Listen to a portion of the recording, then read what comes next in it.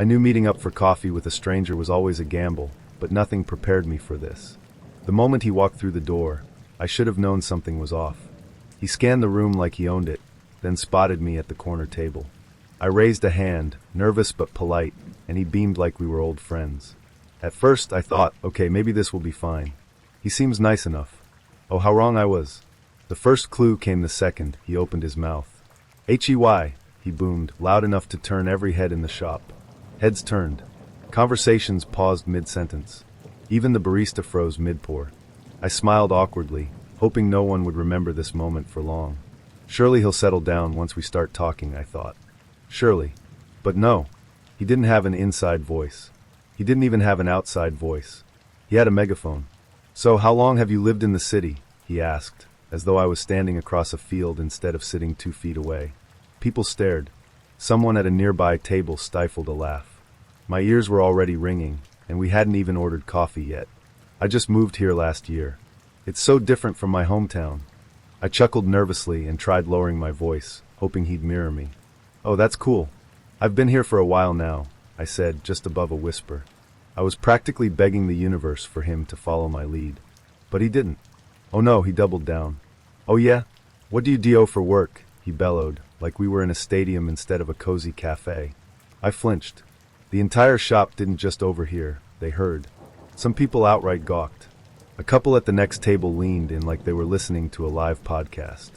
I mumbled, desperately wishing I could disappear. "I work in marketing," he interrupted, yelling louder than before. "That's cool. My friend tried that once, but it sucked for him. Do you like it?" My soul left my body. I leaned closer, practically crawling across the table to hiss. "Could you, maybe lower your voice a bit?" But he didn't even hear me, or he ignored me. Instead, he barreled forward, oblivious to the fact that my face was burning and I was whispering like I was hiding state secrets. "I mean, you probably make good money, right? Is it enough for rent? I heard this area's super expensive." I glanced around. Kill me now, I thought. People weren't just glancing anymore. They were openly staring, some trying to suppress laughter, others watching like this was a live sitcom. I hadn't felt this much secondhand embarrassment since middle school. Desperate, I grabbed my coffee cup and muttered, "Let's take this outside." I was already halfway out the door before he caught on. Anything to escape the audience, I thought, practically sprinting to the sidewalk. Finally, he joined me, still grinning, completely unfazed. "So what's up?" he asked, voice still booming. "Why is he still so loud? We're literally outside." I took a deep breath, channeling every ounce of patience I had left. "Hey, so, I don't know how to say this, but you're really loud. Like really loud. I'm kind of uncomfortable, because everyone in there was staring at us." He blinked, surprised, then shrugged. "Oh yeah, people tell me that all the time." "Wait. What? People tell him this all the time? So he knows he's loud? And he just chooses to keep doing it?" My brain short-circuited. I stared at him, trying to process this. "Oh," I said finally, my voice flat. What else could I say? My patience evaporated like a puddle in the desert. "Well, maybe you should work on that." He laughed, as if this was funny. As if my humiliation back there in the cafe was a joke. "Yeah, I guess. Anyway, where do you want to go next?" Where did I want to go next? Away. Far, far away. I plastered on a fake smile and said, "You know what? I think I'm going to call it a day. But, nice meeting you. Good luck with everything." And with that, I walked away, heart pounding, ears still ringing from his voice. I didn't look back. I didn't need to. His voice echoed down the street behind me as he called out, "Bye. Great meeting you." Later, as I replayed the whole nightmare in my head, I couldn't decide if I was more horrified or amused. I mean, who doesn't have an inside voice? And if you know you're loud, if people have told you this multiple times, how do you not do something about it? I told my friends about it later, and they couldn't stop laughing. "Oh my God," one of them said, wiping tears of laughter from her eyes. "You met a human foghorn." Another chimed in, "You're lucky you got out of there." Imagine being stuck on a road trip with him. They were right, of course. The whole thing was funny in hindsight, but in the moment, it was a horror story, a coffee shop catastrophe I wouldn't wish on my worst enemy. I should have trusted my gut the moment I noticed the tan line on his ring finger. But no, I told myself to give him the benefit of the doubt. Maybe he just forgot to take it off while tanning, I thought. Maybe he's divorced. Maybe I'm overthinking. Spoiler alert, I wasn't. That tiny, innocent tan line was just the beginning of a night that spiraled into something out of a psychological thriller. We met at this trendy bar downtown. The kind of place that's all dim lighting, exposed brick, and overpriced cocktails. He walked in, sharp suit, confident stride, and a smile that was just a little too perfect. He seemed polished enough to sandpaper over the warning bells in my head. When he sat down, his cologne was just subtle enough to seem tasteful, but I couldn't shake the feeling that he'd drowned in it on purpose, like he was trying to cover something up. I just didn't know it yet. "So, what do you do?" I asked casually, sipping my drink. "I'm head of security at this big multimillion-dollar corporation," he said, leaning back with an air of practiced confidence. The words dripped out like he'd rehearsed them in the mirror 100 times. "It's intense work, but someone's got to keep things safe, right?" I nodded, trying to seem impressed, but something about the way he said it felt off. "My friend's husband is actually head of security for a major firm, and I know how he talks about his job. The jargon, the pride, the details, it's like second nature to him." "This guy?" He was vague, almost too smooth, like he'd memorized a job description off LinkedIn and hoped I wouldn't ask questions. Still, I let it slide. Maybe he was just trying to sound impressive. Maybe I was being paranoid. But then came the next red flag. "No kids," he said, smiling over his whiskey. "Never been married either. Just haven't found the right person yet." I raised an eyebrow. "Really?" He laughed, leaning forward like he was sharing a secret. "What? You don't believe me?" I shrugged, playing it cool, but something about the way he said it felt rehearsed. Like he'd delivered that line before, probably to more people than just me. I wanted to believe him, but my gut wasn't buying it. And then when he went to pay the bartender, I saw it. His wallet slipped open just enough for me to catch a glimpse of the photo tucked inside. A family portrait. A woman, a little boy, and him, smiling like they were the picture of happiness. My stomach dropped. My throat tightened. He came back, oblivious, flashing that same fake smile. "So what's your next drink?" he asked, like nothing had happened. Like I hadn't just seen what I saw. I froze for a moment, then forced a smile. "I'm good for now." My voice came out tight, barely audible over the pounding in my ears. My mind raced. Who was the woman in the picture? His sister? A friend? No. That tan line. That portrait. That lie about no kids.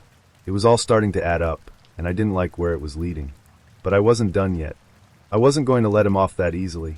"So," I said, trying to sound casual, "head of security, huh? My friend's husband does that too. What kind of stuff do you handle?" He hesitated, just for a split second, but it was enough. His confident facade cracked, and for the briefest moment, I saw the wheels in his head spinning, scrambling for an answer. "Oh, he said, waving a hand like it was no big deal. "Overseeing operations, managing a team, that kind of thing." "That kind of thing?" "My friend's husband has told me about his job before, and trust me, it's not just that kind of thing. It's detailed, specific, and intense. And this guy couldn't even fake his way through a basic conversation about it." I smiled, pretending to be impressed. Inside, I was boiling. Why lie? Why weave this ridiculous web of nonsense when the truth was probably less complicated? And more importantly, why lie to me? The rest of the night was a blur of him rambling about his job, his single life, and how he was looking for someone real. I played along, nodding and smiling, but my mind was elsewhere. I kept replaying everything in my head. The tan line, the photo, the flimsy answers. It was like piecing together a puzzle where every piece screamed, "This guy's a fraud." Finally, I'd had enough. "Hey," I said, cutting him off mid-sentence. "I actually need to head out. Early morning tomorrow." He looked surprised but recovered quickly, flashing that too-perfect smile again. "Oh, of course. Let me walk you to your car." I didn't want him anywhere near my car, but I nodded, keeping the mask on. The walk to the parking lot was awkward, his small talk grating on my nerves like nails on a chalkboard. When we reached my car, he leaned in like he was expecting a goodnight kiss. I stepped back, my voice steady but firm. "Look, I don't think this is going to work." His smile faltered. "What? Why?" I paused, debating whether to call him out or just leave it at that. But I couldn't help myself. "You're married, aren't you?" His face went pale. For the first time all night, he was speechless. And that was all the confirmation I needed. I shook my head, disgusted. "Good luck with whatever this is," I said, getting into my car and locking the doors. As I drove away, I couldn't stop shaking. Not from fear, but from anger. How many other people had he lied to? How many other women had fallen for his fake charm and fake life? The thought made my skin crawl. When I got home, I told my friend everything. She was horrified, especially when I mentioned the head of security lie. "That's so creepy," she said. "Why would he even lie about something like that?" I didn't have an answer. All I knew was that I'd dodged a bullet, or maybe a whole firing squad. And even now, I can't help but wonder, who was the woman in the photo? His wife? His ex? And did she know what kind of man she was dealing with? I sat on the edge of the hotel bed, staring at the clock. The red numbers glared back at me. 9:47 p.m. He was supposed to be here hours ago. I'd been pacing the room for what felt like forever, texting and checking my phone every few minutes. The messages started casually enough, asking if he was close, but by now, I'd stopped bothering. The last reply I got was almost laughable. "Heading your way soon.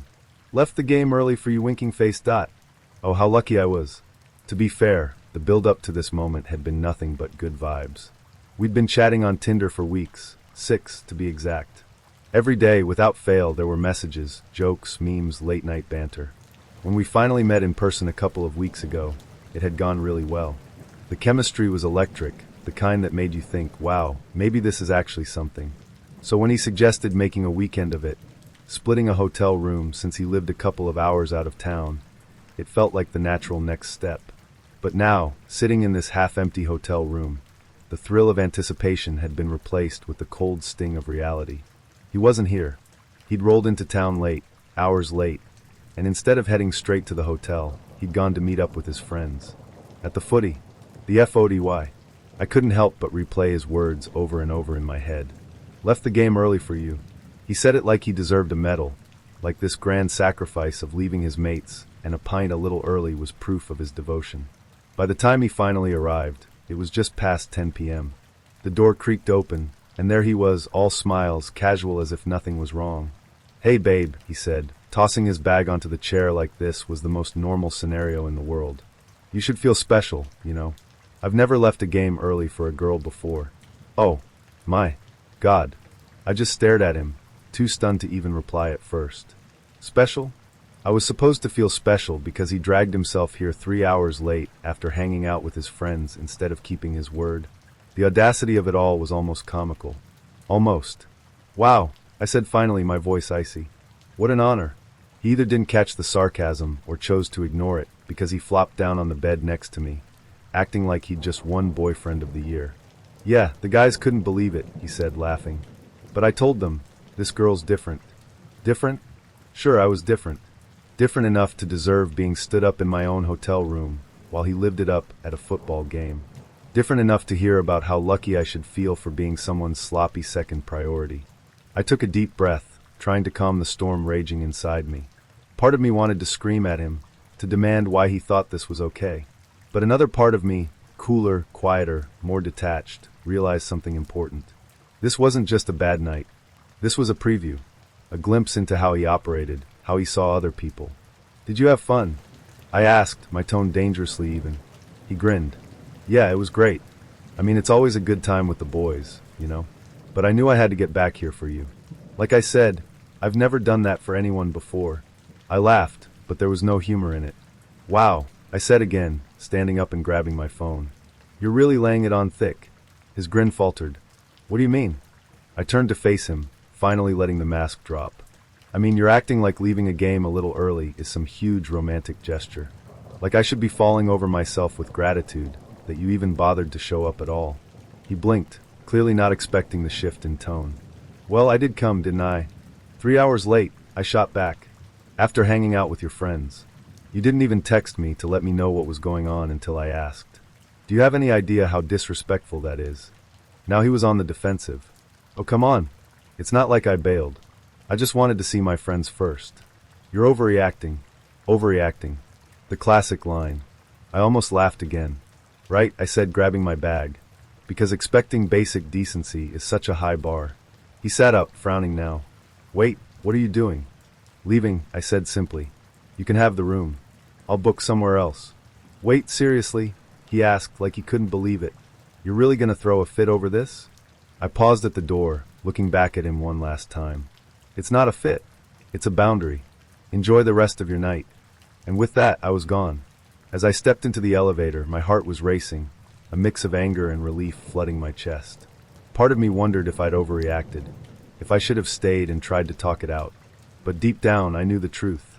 This wasn't just about the game, or the hotel, or the tardiness. It was about respect, or rather, the complete lack of it. The ride home the next morning felt lighter somehow. Sure, I was disappointed. It sucked to realize someone you had chemistry with wasn't who you thought they were.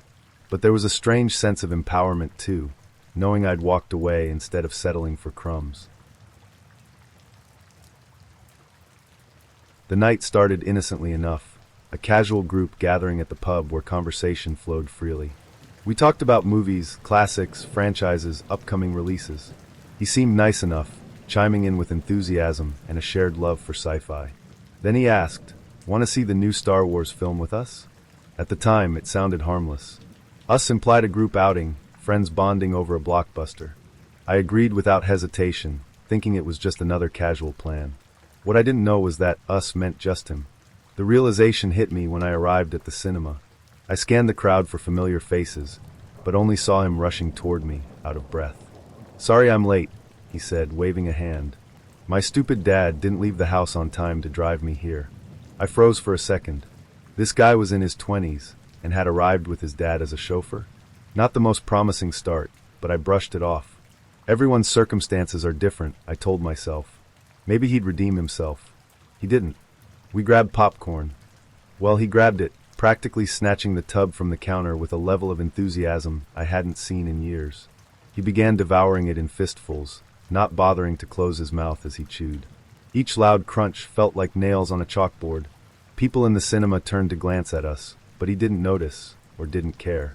The lights dimmed, and I hoped the movie would salvage the evening. It didn't. About 20 minutes in, I felt him lean closer.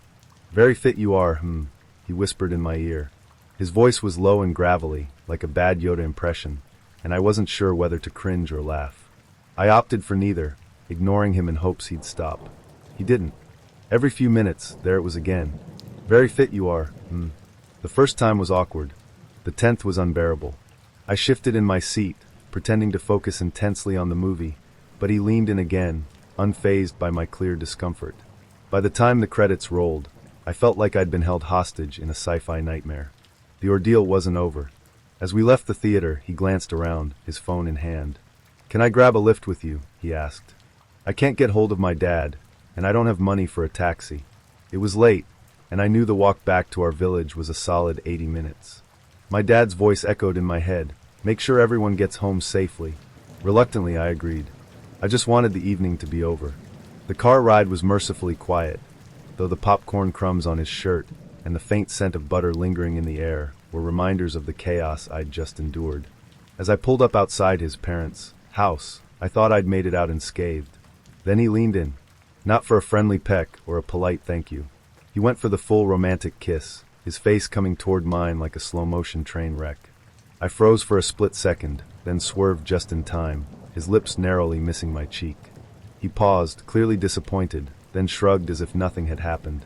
I gave him a tight-lipped smile and mumbled, "Good night," watching as he trudged up the driveway. Relief washed over me as I drove away. Dodged a bullet there, I thought, determined to put the whole debacle behind me. But the story didn't end there. A week later, my phone rang. His name lit up on the screen, and against my better judgment, I answered. He asked me for a second date, his voice hopeful. I hesitated, unsure of how to let him down gently. "I don't think we're a good match," I said, choosing my words carefully. There was silence on the other end. Then, without warning, he snapped. "Fine," he barked, slamming the phone down so hard I could almost hear the echo.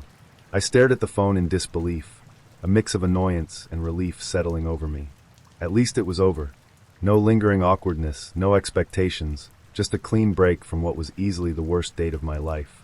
That night, as I recounted the experience to a friend, she laughed so hard she nearly spilled her drink. "Lesson learned," she said between giggles. "Always ask who's coming." It was advice I took to heart. From that point on, I made it a rule to clarify every plan, to double-check every detail before agreeing to anything. Because sometimes, the difference between a harmless group outing and a cringe-worthy solo date is just one poorly chosen pronoun. Now, years later, I still cringe when I think about that night. But I also laugh. It's one of those stories you tell at parties, the kind people can't believe actually happened. And while I haven't watched that Star Wars film again, I'll never forget the lesson it taught me. Trust your instincts and always know exactly what you're signing up for. The theater was pitch black, and the movie had already started by the time I made it back from the bathroom. My heart was pounding, partly because I'd been so excited about this date, and partly because I was already second-guessing everything. This was one of my first ever dates, and I'd spent the entire day hyping myself up to make sure everything went perfectly. So, naturally, I was a ball of nerves as I shuffled awkwardly back to what I thought was my seat. The theater was crowded, the kind of pack that makes every row feel like a maze. I fumbled my way through the darkness, murmuring apologies as I squeezed past people, and finally found what I was certain was my spot. I eased into the seat, trying not to draw attention to myself, and glanced at the silhouette next to me. I couldn't see much in the dim glow of the screen, but I thought I caught a glimpse of her hair, the curve of her profile. That's definitely her, I told myself, settling in and trying to relax. The movie was a blur. I barely paid attention, my mind racing with nervous energy. Should I say something? Try to hold her hand? Or would that make things weird? I kept glancing at her out of the corner of my eye, my heart skipping every time I thought she shifted closer. But something felt off. She wasn't laughing at the funny parts or reacting to the intense scenes. She didn't even seem to notice me. Maybe she was just really into the movie, I thought. I didn't want to overthink it, so I sat there trying to convince myself that everything was fine. It wasn't. When the lights came up at the end of the film, I turned to say something to her, only to realize that the girl sitting next to me wasn't my date at all. My stomach dropped like I'd missed a step on a staircase. She looked at me, confused, and then glanced at the guy on her other side, who also seemed baffled by my presence.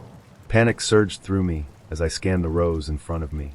There she was, 2 rows ahead, sitting exactly where I'd left her, looking around as if trying to spot me. The realization hit me like a ton of bricks. I'd been sitting with complete strangers for the entire movie. I don't even know how I missed it. Maybe I was too nervous, too caught up in my own head, to notice that I'd sat in the wrong row. Or maybe I was just so preoccupied with not embarrassing myself that I'd somehow managed to embarrass myself in the worst way possible. The girl I'd accidentally sat next to gave me a small, awkward smile before turning back to her date, who was clearly trying to figure out what was going on. My face burned as I mumbled a quick apology and practically tripped over myself getting out of the row. I could feel everyone's eyes on me as I made my way down to where my actual date was sitting, but I didn't dare look up to confirm it. She turned as I approached, her expression a mix of confusion and mild amusement. "Where were you?" she asked, trying not to laugh. I stammered something about getting lost in the dark, but my face was so hot I could barely string a sentence together. I thought I was sitting here," I said, gesturing vaguely toward the row I'd just vacated. Her laugh was kind, but I could feel the second-hand embarrassment radiating off her. "You sat with another couple?" she asked, raising an eyebrow. "Apparently," I muttered, wishing I could disappear into the sticky carpet of the theater. We walked out together, and she was nice enough not to tease me too much about it, but the damage was done. I replayed the moment over and over in my head, cringing at how clueless I must have looked. The worst part was knowing that the couple I'd sat next to probably spent the entire movie wondering who the hell I was and why I'd planted myself in their row like I belonged there. Even now, years later, the memory of that night makes my stomach twist. It wasn't just the embarrassment of sitting in the wrong seat, it was the sheer absurdity of the situation. I'd been so focused on making a good impression, so worried about messing things up, that I didn't even notice I'd messed up in the most spectacular way possible. Looking back, I can laugh about it, kind of, but in the moment, it felt like the end of the world. I mean, what's more horrifying than realizing you've spent an entire date literally sitting in the wrong place? It was like something out of a bad comedy, except I was living it, and the punchline was my complete and utter lack of awareness. To her credit, my date was a good sport about it. We didn't end up going out again, but I like to think it wasn't because of my theater faux pas. At least, that's what I tell myself. But the whole experience taught me one valuable lesson. Sometimes, the scariest thing about dating isn't the fear of rejection or the awkward silences. It's realizing you've accidentally been in the wrong place the entire time. The night started out innocently enough. She had matched with a guy on Tinder a week earlier, their conversations casual and lighthearted. He seemed charming, funny, and maybe a bit rough around the edges, but nothing that set off alarm bells. When he suggested meeting up, she hesitated, but decided to give him a chance. After all, everyone deserves one, right? But nothing could have prepared her for the moment he showed up at her door. When she opened it, her breath hitched. There he was, standing on her porch, a suitcase by his side. He wasn't the confident, laid-back guy she'd been texting.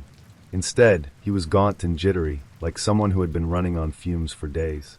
And then there was the tattoo, an unmistakable Mike Tyson-style face tattoo sprawled across his cheek. Except he wasn't Mike Tyson. He was a skinny white guy whose presence screamed trouble. Before she could even greet him, he stepped forward, dragging the suitcase into her entryway like he belonged there.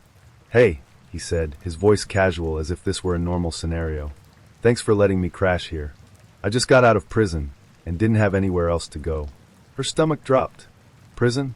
Crash here? She stared at him, her mind racing. This couldn't be real. She hadn't signed up for this, hadn't agreed to let a stranger, freshly released from who knows where, into her home. Her hand tightened on the doorknob, but he was already inside, standing awkwardly in her living room like a misplaced piece of furniture. I think there's been a misunderstanding," she stammered, trying to keep her voice steady. Her instincts screamed at her to get him out, but fear held her frozen in place. She tried to regain control of the situation. "I thought we were just meeting up." He shrugged, completely unfazed. "Yeah, but I figured it'd be easier this way. I didn't have anywhere else to go." She blinked, stunned by his audacity. "I don't think this is going to work," she said firmly, her voice shaking slightly. "You need to leave." But he didn't move. Instead, he sank onto her couch, letting out a long sigh like he'd just found a sanctuary. "It's been a long day," he muttered, rubbing his hands together. "I just need a place to figure things out." Panic bubbled up in her chest. She needed him gone, but every attempt to reason with him was met with nonchalance or outright dismissal. He acted as if this was perfectly normal, as if she were the one being unreasonable. Her mind raced with worst-case scenarios, the what-ifs growing darker with each passing second. Finally, she excused herself to the bathroom, her heart pounding as she locked the door behind her. She pulled out her phone, hands trembling as she dialed the police.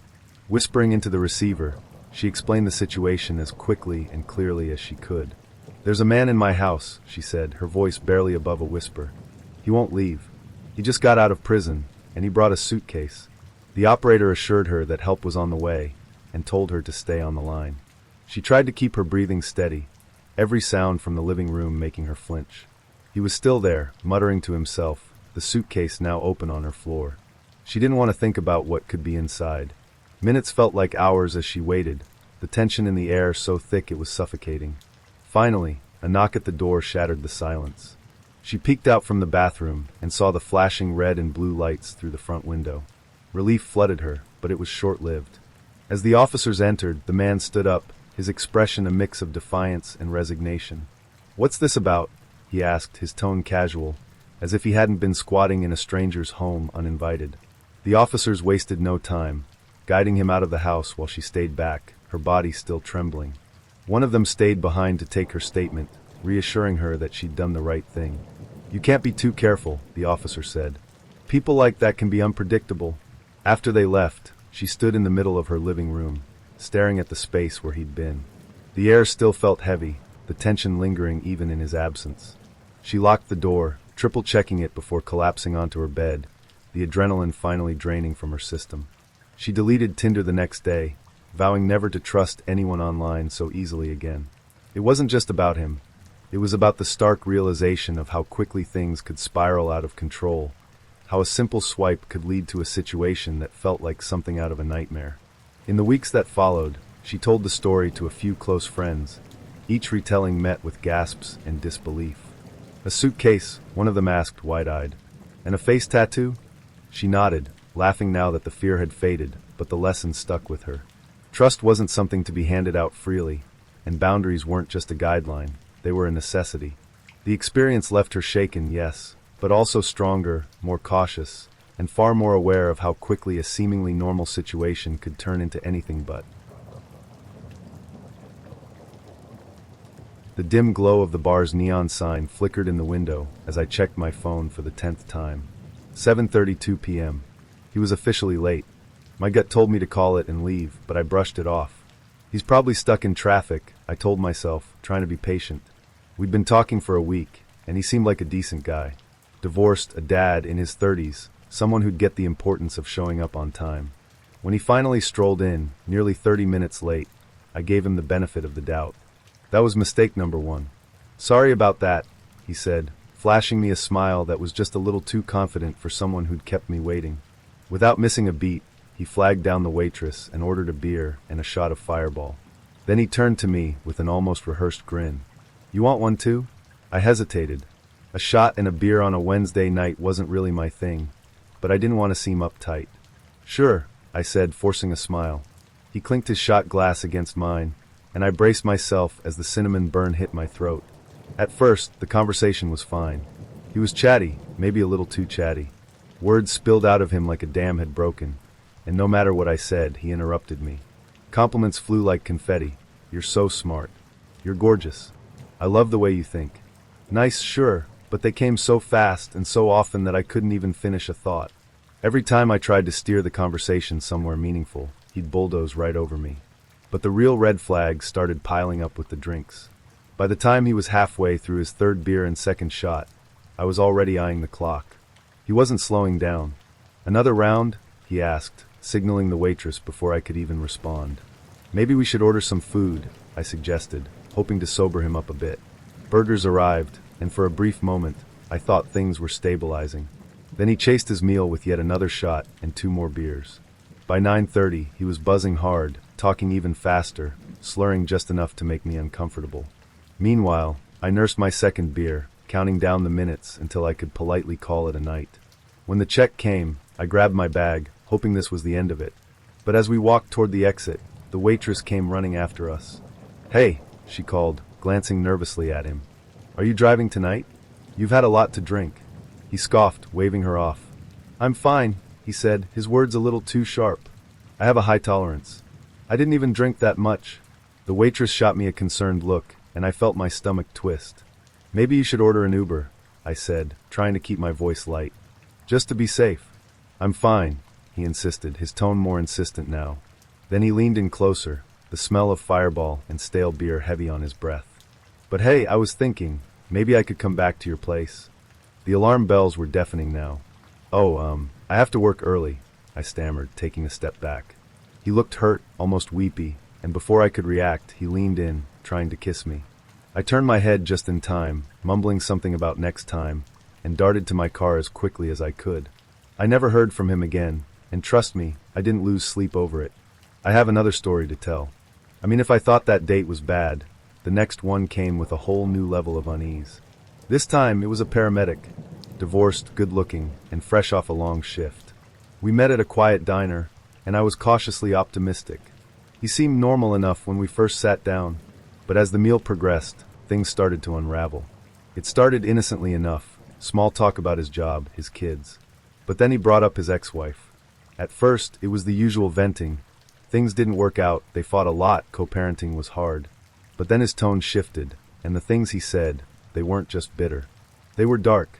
She's bleeding me dry with child support, he muttered, stabbing at his fries. I'd love to hire someone to take care of her. You know what I mean? My heart stopped. He laughed, but it wasn't the kind of laugh that made you feel at ease. It was cold, humorless, and the way he looked at me afterward, like he was waiting for me to agree, sent a chill down my spine. I forced a smile, my pulse racing. That sounds really hard, I said carefully, trying not to escalate the situation. Every instinct in me was screaming to get out of there, but I didn't want to make him angry. I didn't want to be the next person he casually wished violence upon. After that, the conversation stalled. He picked at his food, occasionally muttering about how unfair life was. I nodded along, pretending to listen, all the while planning my exit.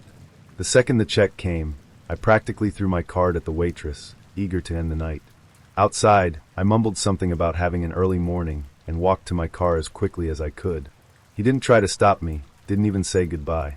He just stood there in the parking lot, staring at me with an expression I couldn't quite read. I drove home in silence, my hands gripping the wheel so tight my knuckles turned white. The whole way, I kept replaying his words in my head. I'd love to hire someone to take care of her. It wasn't a joke. I could feel it in my gut. He meant it. Like the first guy, I never heard from him again. And honestly, I'm glad. But those nights stuck with me. Not just because they were bad dates, but because they reminded me how quickly things can go from awkward to downright dangerous. Now, every time I agree to meet someone new, I double-check my escape plan. Because sometimes, you don't know who you're sitting across from until it's too late. I almost canceled. Sitting on the edge of my bed, phone in hand, I debated sending the "hey, something came up" text. He seemed too young for me, and even though I was only in my early 20s, the gap felt bigger than it should. But he'd insisted he was my age, swore up and down that he wasn't some clueless kid. Against my better judgment, I agreed. When he pulled up to my place, my jaw nearly hit the floor. A sleek, shiny sports car purred in my driveway, like something out of a music video. I wasn't sure whether to be impressed or suspicious. My friends had joked earlier, he's either a drug dealer or has rich parents, and staring at the car now, I wasn't so sure they were wrong. He stepped out, looking just a little too polished, his smile so bright it almost felt practiced. "Ready to go?" he asked, his voice casual, but I caught the slightest hint of nervousness. I climbed into the car, inhaling the scent of new leather and a faint trace of cologne.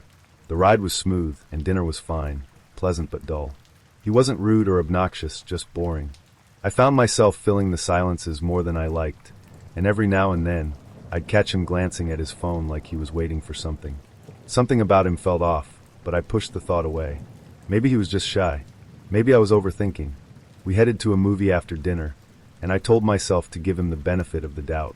Maybe he'd loosen up. We got our tickets and settled in, but not even 10 minutes into the previews, his phone buzzed. He pulled it out, barely trying to hide it, and started texting. I frowned, annoyed but not wanting to make a scene. The movie started, and he was still glued to his phone, the screen's glow lighting up his face in the dark theater. Then, without warning, he stood up and left. I watched him go, confused, but figured maybe he was taking a call or something. When he came back a few minutes later, his face was red, his eyes puffy. He'd been crying. "Are you okay?" I whispered, leaning closer. "I'm fine," he said quickly, avoiding eye contact. His voice cracked just enough to give him away, but he tried to brush it off. "If you need to leave, it's okay," I offered, genuinely concerned. Maybe something terrible had happened, his grandma, a family emergency, something serious. But he shook his head. No, it's fine," he insisted. He wasn't fine. The movie continued, but he barely stayed in his seat for another 10 minutes before disappearing again. I sat there, increasingly uncomfortable, watching the rest of the film by myself. Every now and then, I'd glance toward the lobby doors, hoping he'd come back, but he didn't. When the credits rolled, I grabbed my bag and made my way out, wondering if he'd ditched me entirely. There he was, standing near the concession stand, phone pressed to his ear, pacing in tight circles. His shoulders were tense, his face twisted in frustration. I walked up, motioning for him to wrap it up. He gave me a pained look, holding up a finger like just one more second. Finally, after what felt like forever, he ended the call and turned to me, still visibly upset. "What's going on?" I asked, my patience wearing thin. He hesitated, then sighed, his voice breaking as he admitted, "I've been arguing with my friend. And my ex." My stomach dropped. "What?" "My friend's trying to sleep with her," he said, his words spilling out in a rush. "She was on the phone too. I was trying to get them to stop." I blinked, stunned. Was this real? I had so many questions I didn't even know where to start. Why are you even involved in that?" I asked carefully. He ran a hand through his hair, his voice shaking as he explained. "It's complicated. We broke up after some stuff happened." He hesitated, then added, "I had to go to rehab. She posted some bad things about me online." That was it. That was the explanation. Rehab? Bad things online? None of it made sense, but by now I was so exhausted, I didn't even want to ask. My head was spinning, trying to piece together this chaotic puzzle he'd just dumped in my lap. He drove me home in awkward silence, his mood swinging between sullen and teary. I kept my answers short, not wanting to dig deeper into whatever emotional minefield I'd stumbled into. When we pulled up to my place, he gave me a weak smile, clearly hoping for some reassurance. "Thanks for tonight," I said, my voice flat. I got out of the car before he could try to say more. As I closed the door behind me, I leaned against it, exhaling the deepest sigh of relief. The whole night felt surreal, like some twisted fever dream I'd accidentally walked into. I replayed it in my head, trying to make sense of it, but the more I thought about it, the stranger it seemed. I never heard from him again, and honestly, I didn't want to. The weirdness of that date lingered with me for weeks, though. The way he cried in the theater, the frantic phone call, the vague mentions of rehab and drama, it all felt like a storm I narrowly avoided being swept into. At least the movie was good. I swear, it started out like any other date. You know, that mix of nerves and hope that maybe this time, it'd be different. I met him on Plenty of Fish, seemed like a decent guy. His profile was clean, no weird vibes, nothing that screamed run for your life. We'd messaged back and forth for a couple of weeks, and he seemed normal enough. Funny even. So when he asked to meet up for coffee, I thought, why not? We picked a quiet cafe, somewhere neutral, just in case things got awkward. I showed up a little early, sipping my latte and scrolling through my phone, trying to play it cool. When he walked in, he looked fine. Average. Nothing alarming. He was polite, had a nice smile, and even complimented my sweater. The first 20 minutes were easy, small talk about work, hobbies, the usual icebreakers. But then, out of nowhere, the conversation took a turn. I have to be honest about something, he said, leaning in. His tone dropped, serious now. I froze mid-sip, my stomach nodding. Okay, I said slowly, bracing myself for the classic. I'm separated but not divorced, or I live with my mom. You know, the usual red flags. But no. What came out of his mouth was so far beyond anything I was prepared for. I just got out of San Quentin, he said deadpan. I was in there for 20 years. For a moment, I thought I misheard him. San Quentin? 20 years? My brain scrambled to make sense of the words. My throat felt tight, like I couldn't swallow. Oh, I managed to choke out. What were you in for? I don't even know why I asked. Curiosity? Fear? Some misplaced sense of politeness? But the answer nearly stopped my heart. Double murder, he said, so casually it felt like he was telling me about his favorite Netflix series. It was a long time ago, though. I've changed. I couldn't breathe. My hands felt clammy, and my pulse was pounding so loud in my ears I could barely hear him. My mind was screaming, get out, get out, get out now. But my body wouldn't move. I was paralyzed by this mix of fear and disbelief, stuck there across the table from him. He kept talking like it was nothing, about how it wasn't his fault, how the justice system was flawed, how he'd found himself in prison. He even mentioned joining some art program while he was inside. You'd be amazed what you can create when you've got 20 years and nothing to do, he said with a smile that sent chills down my spine. I nodded weakly, every fiber of my being begging me to leave, but I didn't know how. I didn't want to set him off. I didn't want to make him angry. All I could think was, this man has killed before. What if he decides tonight's my night? I forced myself to keep it together, plastering on a fake smile and nodding along to his stories. I wasn't even processing half of what he was saying anymore. My brain was in survival mode, screaming at me to stay calm, to act normal, to not give him any reason to suspect I was terrified out of my mind. The date dragged on, every minute feeling like an hour. I sipped my coffee just to have something to do, my hands trembling so badly I nearly spilled it. He didn't seem to notice, or if he did, he didn't care. At one point, he reached across the table to touch my hand, and I had to fight the urge to pull away. My skin crawled under his touch, but I didn't dare show it. When he finally said he needed to leave, I practically leapt out of my chair. Yeah, me too, I said, forcing a laugh that felt hollow in my throat.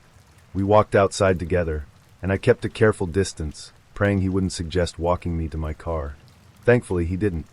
He just smiled, said he'd had a great time, and asked if we could do this again. I nodded, the words spilling out of my mouth before I could stop them. Sure, I lied. Let me know. The moment he walked away, I bolted to my car, my heart pounding so hard I thought it might explode. My hands were shaking so much I could barely get the key in the ignition.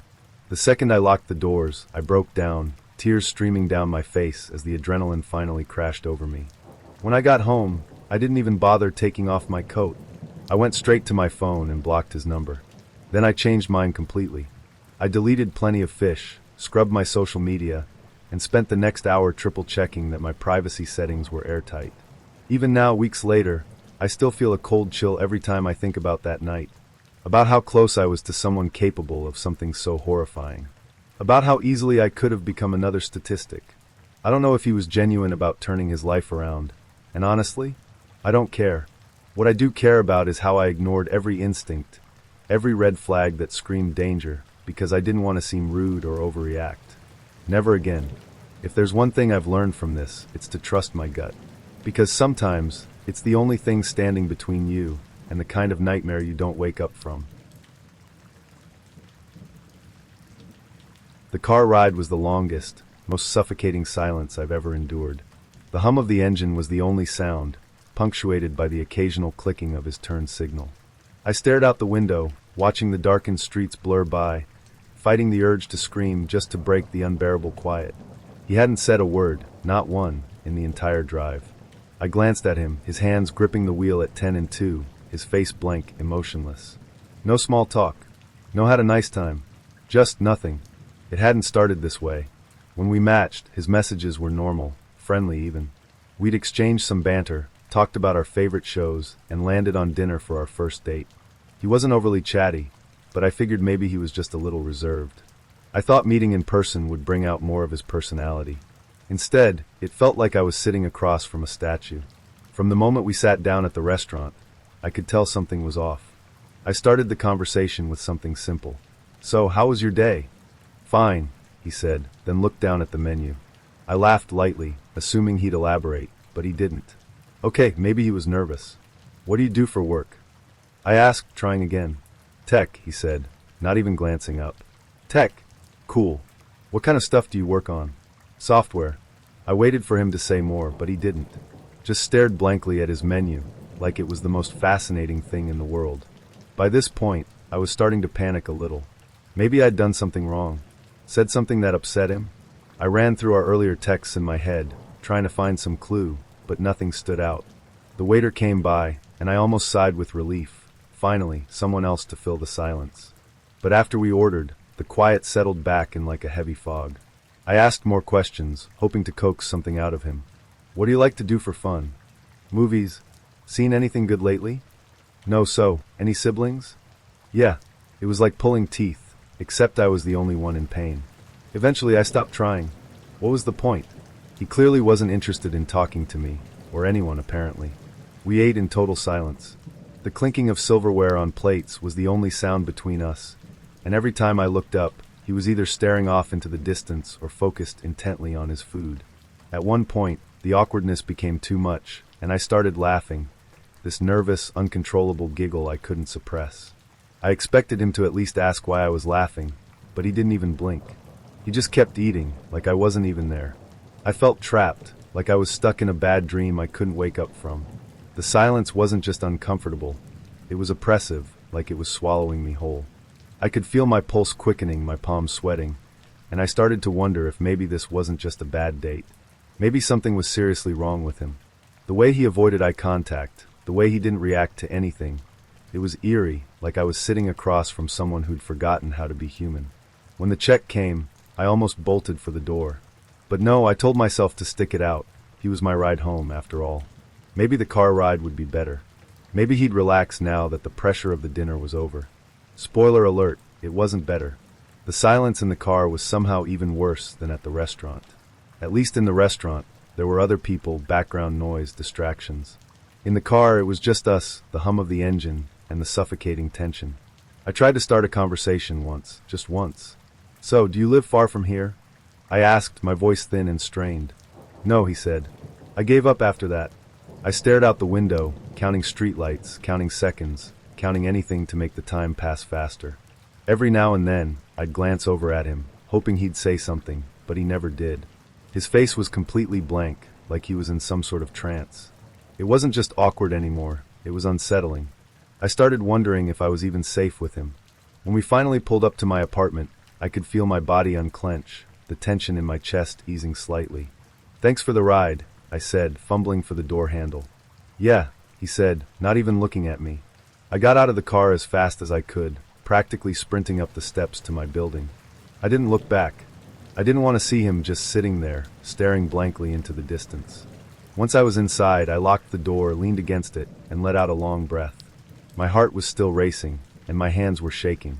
The whole evening had felt wrong, like I'd been sitting across from someone who wasn't quite real.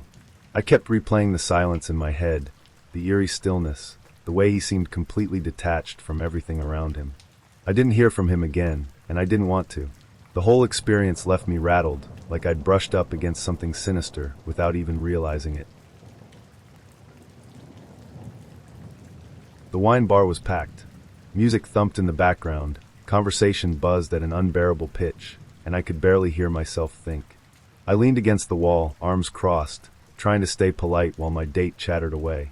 Except, I couldn't understand a word he was saying. The place was so loud it was like he was talking underwater. I kept nodding and smiling, pretending to catch bits and pieces, but honestly, I just wanted to get out of there. He leaned in closer, probably thinking that would help, and before I realized what was happening, he kissed me. Not a sweet, tentative first date kiss. Oh no, this was sloppy, wet, and so uncoordinated it felt like he was trying to eat my face. I froze, stunned, while he kept going, oblivious to how uncomfortable I was. His hands didn't wander, thankfully, but the kissing was so bad it didn't even matter. People brushed past us, and I was pressed up against the wall like I was in some awkward teen drama gone horribly wrong. After 5 excruciating minutes, 5 minutes that felt like 5 hours, I pulled away, faking a yawn. "I'm so sorry," I said, summoning every ounce of politeness I had left. "I'm really tired. I think I need to head home." He looked disappointed, but I didn't care. I mumbled something about early mornings and bolted for the door. The night ended there. I went home, threw on my comfiest pajamas, and buried the whole cringe-worthy experience in the back of my mind. Weeks passed, then months. I had all but forgotten about the bad date. He didn't message, and I didn't care. Life moved on. And then, out of the blue, his name popped up on my phone. I stared at the message for a moment, half tempted to delete it without reading. Curiosity got the better of me, though, and I opened it. "Hey, I've been thinking, and I just don't think we're sexually compatible." I blinked. Once. Twice. Then reread it. Was this guy serious? We went on 1 date. 1. And the only thing close to sexual was his attempt at the world's worst kiss. I rolled my eyes and started to type a sarcastic reply, but before I could hit send, another message came through. "My daughter, though she's an adult now. She can have sex with whoever she wants. It's amazing how open she is about it. She tells me everything." My blood ran cold. I stared at the screen, horrified. Surely I'd read that wrong. Surely this grown man, this father, wasn't casually discussing his daughter's sex life with me, a relative stranger. But there it was, in black and white, like some awful punchline to a joke no one asked for. He didn't stop there. The messages kept coming, each one worse than the last. He went on about how proud he was of her freedom and how refreshing it was that she felt comfortable sharing those details with him. I wanted to throw my phone across the room. Every word made my stomach churn. What kind of person says things like that? To someone they barely know, no less? I felt dirty just reading it. It wasn't just creepy, it was disturbing. This wasn't just an awkward overshare. It was something darker, something that made my skin crawl and my hands shake as I stared at my phone. I didn't reply. What could I possibly say? Any response felt like engaging in a conversation I desperately wanted no part of. Instead, I blocked him, deleted the messages, and tried to shake off the deep unease clinging to me like a shadow. But the encounter haunted me. I kept thinking about that wine bar, about the way he kissed me like he was entitled to it, about the way he'd messaged me months later, like he had some kind of twisted authority over my body, my worth. And then there was the way he talked about his daughter, so casual, so vile. It was as if he couldn't see how wrong it was, as if he thought he was being open-minded or progressive instead of horrifying. I wondered about her, his daughter. Did she know what he was saying about her? Did she trust him with her private life, only for him to turn around and exploit it in conversations with strangers? The thought made my heart ache. I imagined her as some sweet, naive person who thought she could confide in her dad, never realizing he was twisting her openness into something grotesque. And then, of course, there was the darker possibility. What if she wasn't confiding in him? What if he was making it all up, constructing this sick fantasy in his head? Either way, it made me sick.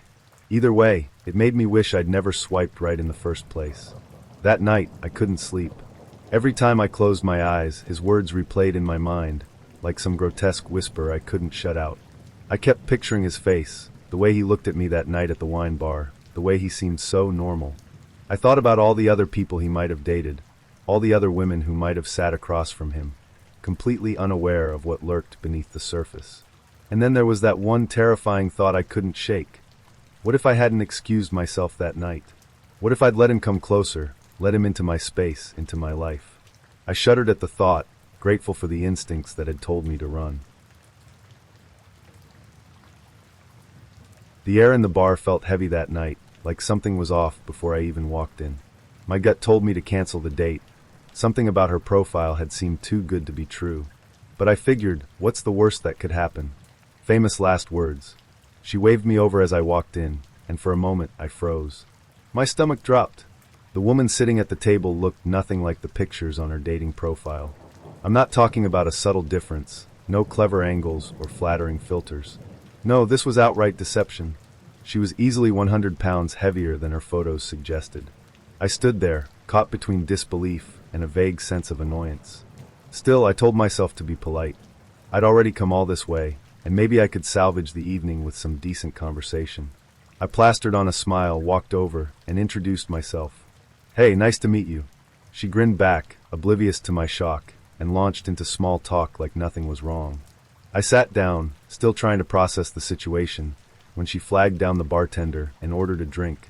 On my tab, of course. The first few minutes were awkward but manageable.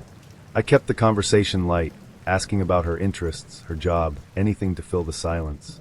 But then she started talking, and that's when things took a nosedive straight into the twilight zone. Within the first 30 minutes, I learned more about her than I ever wanted to know. First, she casually mentioned that she was married. Yes, married. She said it like it was no big deal, like it was just another fun fact about her life. My brain screeched to a halt. "Wait," I said, trying to keep my voice even. "You're married?" "Oh yeah," she said, waving a hand like it was nothing. "But don't worry, he's in prison." I blinked. "Prison?" "Yeah," she said, sipping her drink. "He's been locked up for a while now. I mean, it's not like we're really together anymore, you know?" I didn't know. I didn't know anything anymore. My mind raced, trying to make sense of what she'd just told me, but she wasn't done. Not even close. "And I'm doing so much better now," she continued, her voice picking up speed. "I'm 12 days clean from heroin." Heroin. My stomach flipped. 12 days. That's not even 2 weeks. I stared at her, unsure of how to respond. Was I supposed to congratulate her? Offer support? I was still stuck on the fact that her husband was in prison. "Oh, and I have 3 kids," she added, almost as an afterthought. "But, they're in the system right now." The system. My brain short-circuited. I felt like I was watching a train derail in slow motion. Every piece of information she shared crashing into the next. Married. Prison. Heroin. The system. Each revelation was like a punch to the gut, and I could barely keep up. She kept talking, oblivious to my growing discomfort. Her words blurred together as I sat there, trying to figure out how I'd ended up in this nightmare. This wasn't just a bad date. This was a full-blown horror story. The kind you tell your friends about later, and they don't even believe you. I glanced at my watch, trying to come up with an excuse to leave. But she was so deep into her story, some convoluted tale about her husband's crimes and her struggles to get her kids back, that I didn't know how to interrupt. I just nodded along, barely listening, my mind racing for an exit strategy. Finally, she paused long enough for me to cut in. I said, forcing a smile, "I just realized I have an early morning tomorrow. I should probably get going." Her face fell, but she recovered quickly. "Oh, okay," she said, looking disappointed but not surprised. I reached into my wallet, pulled out a $20 bill, and handed it to the bartender. "This should cover my drinks," I said, loud enough for her to hear. I didn't offer to pay for hers. Not after everything she'd just dropped on me. As I stood up, she looked at me, her expression a mix of hope and resignation. "So, do you think we could do this again sometime?" I almost laughed. "I'll let you know," I said, avoiding eye contact as I walked out the door. The cool night air hit me like a slap in the face, and I took a deep breath, trying to shake off the lingering unease. My heart was pounding, and my hands felt clammy. I couldn't believe what had just happened. On the drive home, I replayed the evening in my head, every detail somehow worse than the last. The deception, the bombshell confessions, the complete lack of awareness. It all felt like a bad dream I couldn't wake up from. I thought about her kids, her husband, her struggles with addiction, and for a brief moment, I felt a pang of sympathy. But then I remembered how she'd lied about everything from the start, and that sympathy evaporated. I deleted her number the moment I got home. Blocked her on the dating app too. I wasn't about to risk her showing up in my inbox months later with some new drama. As far as I was concerned, this chapter was closed. The night started off like a typical Saturday. I was pumped for what I thought was going to be an epic party. A band, good vibes, and a chance to get to know this girl I'd met at the bar a few days earlier. We'd hit it off then, swapping numbers and trading laughs. When she invited me to a party at her dad's house, I thought, sure, why not? She made it sound like a wild time. But as I pulled up to the house, the red flags started waving. Hard. The driveway had maybe 4 cars parked in it, and the house was quiet. No music, no sounds of laughter or people mingling. Just the faint buzz of streetlights in the chilly air. I hesitated, staring at the house, debating whether to turn around. But I was already here, so I told myself to give it a shot. What's the worst that could happen? I thought. A question I would come to regret. She opened the door before I even knocked, and it was immediately clear she was trashed. Her eyes were glassy, her movements wobbly, and she greeted me with a slurred, overly enthusiastic, "You made it." She pulled me inside, babbling about how amazing the party was going to be, and dragged me down into the basement. The party was a joke. The band she'd hyped up. That was just her dad, awkwardly strumming a beat-up guitar in the corner. A couple of people sat slumped on mismatched couches, barely acknowledging my existence. The place reeked of stale beer and something sour. I grabbed a drink just to have something to hold, already plotting my exit. Then things got weirder. She kept disappearing into the bathroom with her friend, coming out jittery, rubbing her nose, and giggling like a maniac. It didn't take a genius to figure out they were doing coke in there. Her dad, meanwhile, kept yammering about some guy named Pee Wee Johnson, who was apparently dying to meet me. I nodded along, not really caring, just wanting to find the right moment to bail. Suddenly, her dad sprinted upstairs. "He's here," he shouted. "Pee Wee's here." I froze. Who the hell was Pee Wee Johnson, and why was her dad so excited?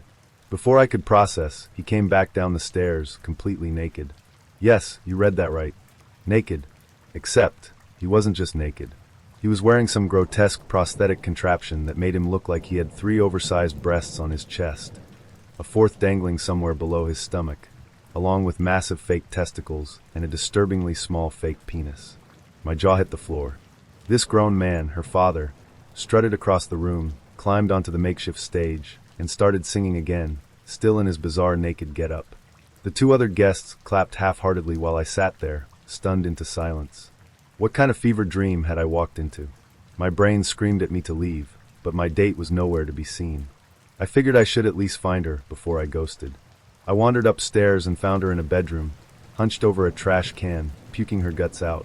She was a mess, hair matted to her sweaty forehead, mumbling incoherently. Despite the absolute disaster this night had turned into, I couldn't just leave her like that. I helped her onto the bed, propped her up, and put the trash can within reach. I stayed for a bit, making sure she wouldn't choke or something, but it was clear she was out for the count. That's when the next curveball hit. Out of nowhere, a 12-year-old girl walked into the room. She was carrying a soda and looked far too comfortable with the chaos unfolding around her. I blinked, trying to make sense of it. "Who are you?" I asked. "My sister," she said flatly, motioning toward my passed-out date. Her sister. A child was wandering around in this circus of a house while her dad was downstairs naked and her older sibling was coked out and unconscious. It was surreal. I wasn't sure whether to be horrified or impressed by how unfazed this kid seemed. We ended up talking. Turns out she was into martial arts, and as a heavyweight champ at the time, we had a surprising amount in common. We talked about competitions, training, and even realized we knew a few of the same people in the scene. For a moment, it was almost normal, 2 strangers bonding over a shared passion. Except one of us was a kid, and the other was supposed to be on a date with her sister. Eventually, I glanced at my watch and decided I'd had enough. This wasn't just a bad date, it was a full-blown horror show, and I needed to get out. I stood up, gesturing toward my unconscious date. "Be smart," I told her little sister, nodding toward the bed. "Don't end up like this." The kid nodded solemnly, and I walked out the door, the sounds of her dad's off-key singing still echoing through the house as I escaped into the night. Driving home, I replayed the night in my head, equal parts horrified and baffled. How had it gone so wrong so quickly? What kind of life was this girl living, surrounded by drugs, chaos, and a father who thought stripping down and performing was acceptable party behavior? I never called her again. Never saw her again. The rain was relentless, pouring in icy sheets as I stood under the awning of the pizza place, staring at the peeling paint on the door and questioning every decision I'd made that led me here. This was supposed to be a casual, fun first date, the kind where you didn't overthink things. We'd met on OkCupid, exchanged a few messages, and decided on a whim to meet up since we were both bored and had nothing better to do. The plan was simple: grab some pizza, chat, and see if there was anything there. But as soon as we stepped inside, I knew I'd made a mistake. The guy behind the counter looked frazzled and out of place, his apron hanging crookedly, and his expression a mix of panic and apathy. "Hey," he said, barely glancing up, "I'm new here. Running the place by myself. All I can do is heat up the slices the last guy left." I laughed awkwardly, glancing at my date. She smiled politely, but her eyes said everything. Is this normal? I could feel the weight of her unspoken question, and all I could do was shrug. It was cold and rainy outside, and the thought of trudging through the downpour to find somewhere else seemed worse than just toughing it out here. "I guess we'll stay," I said, trying to sound upbeat. We grabbed a booth, and that's when the cracks in my plan started widening. The place was filthy, sticky tables, crumbs scattered across the floor, and a faint smell of something burnt lingering in the air. In the corner, a couple of guys were openly rolling blunts, and at the table nearest ours, a group of kids passed around a pitcher of beer. None of them looked a day over 18. It felt like we'd wandered into a set for one of those gritty indie films where everything goes wrong. The pizza, when it came, was edible. That's about all I can say for it. But the food wasn't the worst part. The worst part was me. I was hyper-aware of how badly I'd screwed up. This wasn't just a bad choice of venue. It was the bad choice, the kind that eats away at you in real time. She deserved better than this dive, and I couldn't stop fixating on how much I'd blown it.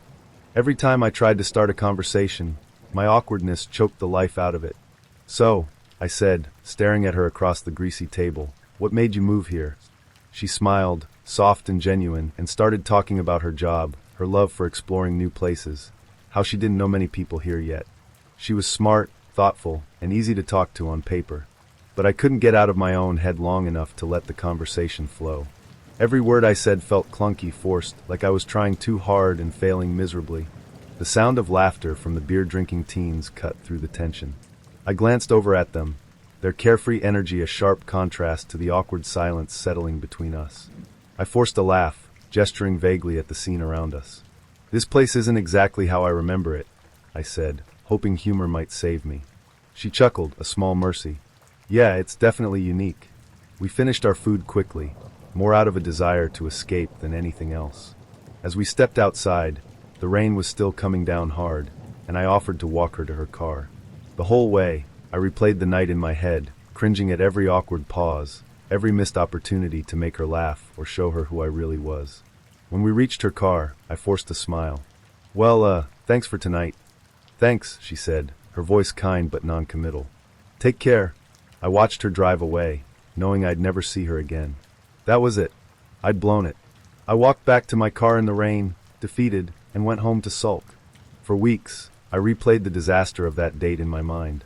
Every time I thought about her, her smile, her easy laugh, the way she'd tried to make the best of an undeniably bad situation, I felt a pang of regret.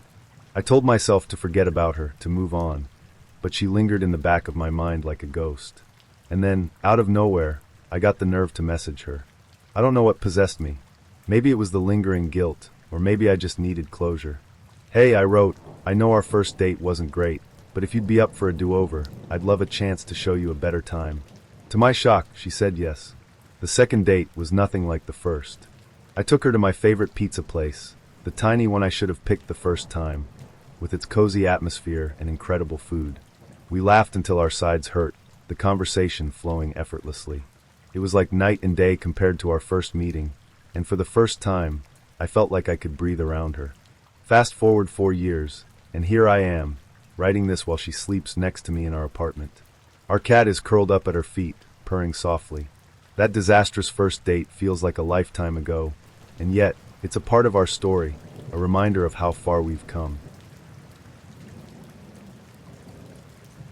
The waiter had barely stepped away when she started crying, full on, head in her hands, can't catch her breath crying. I froze, unsure if I'd accidentally said something offensive in the last 30 seconds. "Are you okay?" I asked, my voice laced with panic. She sniffled, wiped her eyes with the back of her hand, and blurted out, "It's just, me and my ex-boyfriend used to order the same thing." I blinked, slowly. She was crying because I ordered water, and she got a Coke. The same drinks she, and her ex used to get. My brain scrambled for an appropriate response. But what do you even say to that? I'm sorry. She shook her head furiously, tears streaming down her face. It's not your fault, she sobbed. I just didn't expect it to hit me this hard. Hit her this hard? Over beverages? I stared down at the untouched glass of water in front of me, suddenly feeling like it was radioactive. I glanced around the restaurant, hoping no one was watching, but it felt like every eye in the place was on us. Hey, it's okay, I said awkwardly, wishing I could melt into my chair. You don't have to think about him. Let's just enjoy the meal. But that was easier said than done. She was inconsolable, sniffling through the appetizer and clutching a napkin like it was her lifeline. The more I tried to cheer her up, the worse it seemed to get. She kept looking at me with these big, watery eyes, like she thought I might vanish into thin air at any second. Then came the paranoia. Promise me you're not going to leave, she said out of nowhere, her voice trembling. When I go to the bathroom, you won't just walk out, right? Her words hit me like a slap. What? I asked, genuinely startled. Why would I do that? Guys do that to me sometimes, she whispered, her gaze dropping to the table. They just leave. My stomach twisted. On one hand, I felt bad for her, really bad. She clearly had been through some stuff. But on the other hand, I couldn't ignore the weight of what she'd just said. Guys had walked out on her mid-date.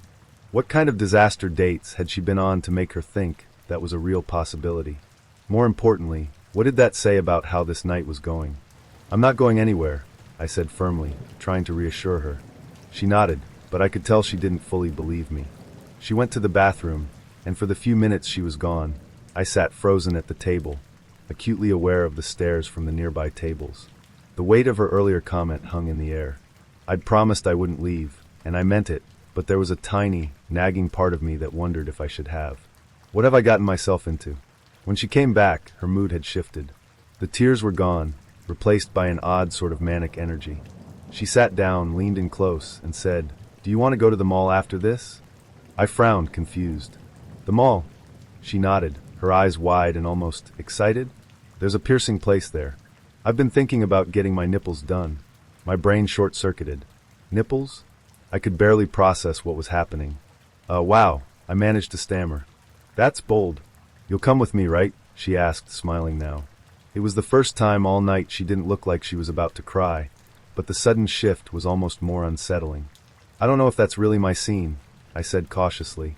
I was already mentally preparing my exit plan, but she wasn't listening. She was too busy talking about how much it would hurt, or not hurt, and whether I thought a barbell or hoops would look better. I nodded along, trying to keep up, but my mind was racing. This wasn't just an awkward date anymore. It was something else entirely, something I didn't have the tools to handle. The crying, the paranoia, the nipple-piercing detour. What was next?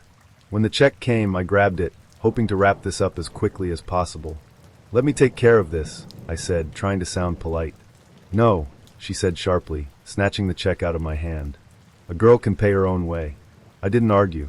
At that point, I was just grateful for anything that sped up the process of ending this bizarre, emotionally charged evening. We walked out together, the air between us heavy with unspoken weirdness. She looked up at me expectantly as we reached the sidewalk, and I realized with a sinking feeling that she was waiting for me to suggest we head to the mall. Instead, I gestured toward the parking lot. "Your car's this way, right?" "Oh," she said, clearly disappointed. "Yeah, I guess."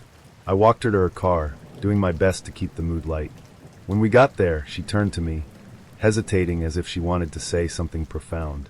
I braced myself, but all she managed was a quiet, "Thanks for tonight." "Of course," I said quickly, stepping back. "Take care."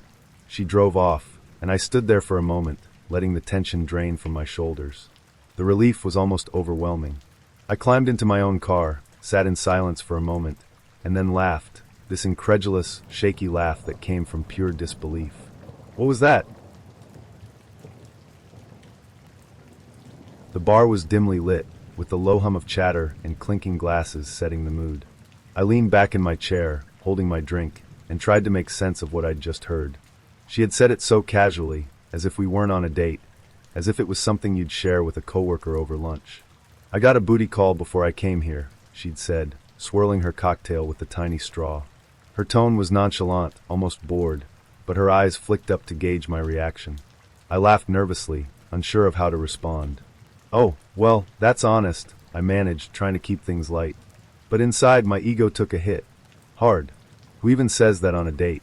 I brushed it off, forcing myself to focus on the conversation, but the words lingered, gnawing at the back of my mind. The night carried on awkwardly. There was some small talk, some surface-level banter, but I couldn't shake the weird energy in the air. She seemed distracted, like her mind was somewhere else, or with someone else. I chalked it up to nerves or maybe a mismatch in vibes, but something about the whole situation felt off. At one point, she excused herself to use the restroom. "Be right back," she said with a quick smile. I nodded, fiddling with the coaster under my drink, trying to convince myself that the night wasn't a total disaster. Maybe I was overthinking it. Maybe I could salvage this. 5 minutes passed. Then 10. Then 15. The awkward pit in my stomach grew heavier as I glanced toward the restroom, then back at her empty chair. I told myself to be patient.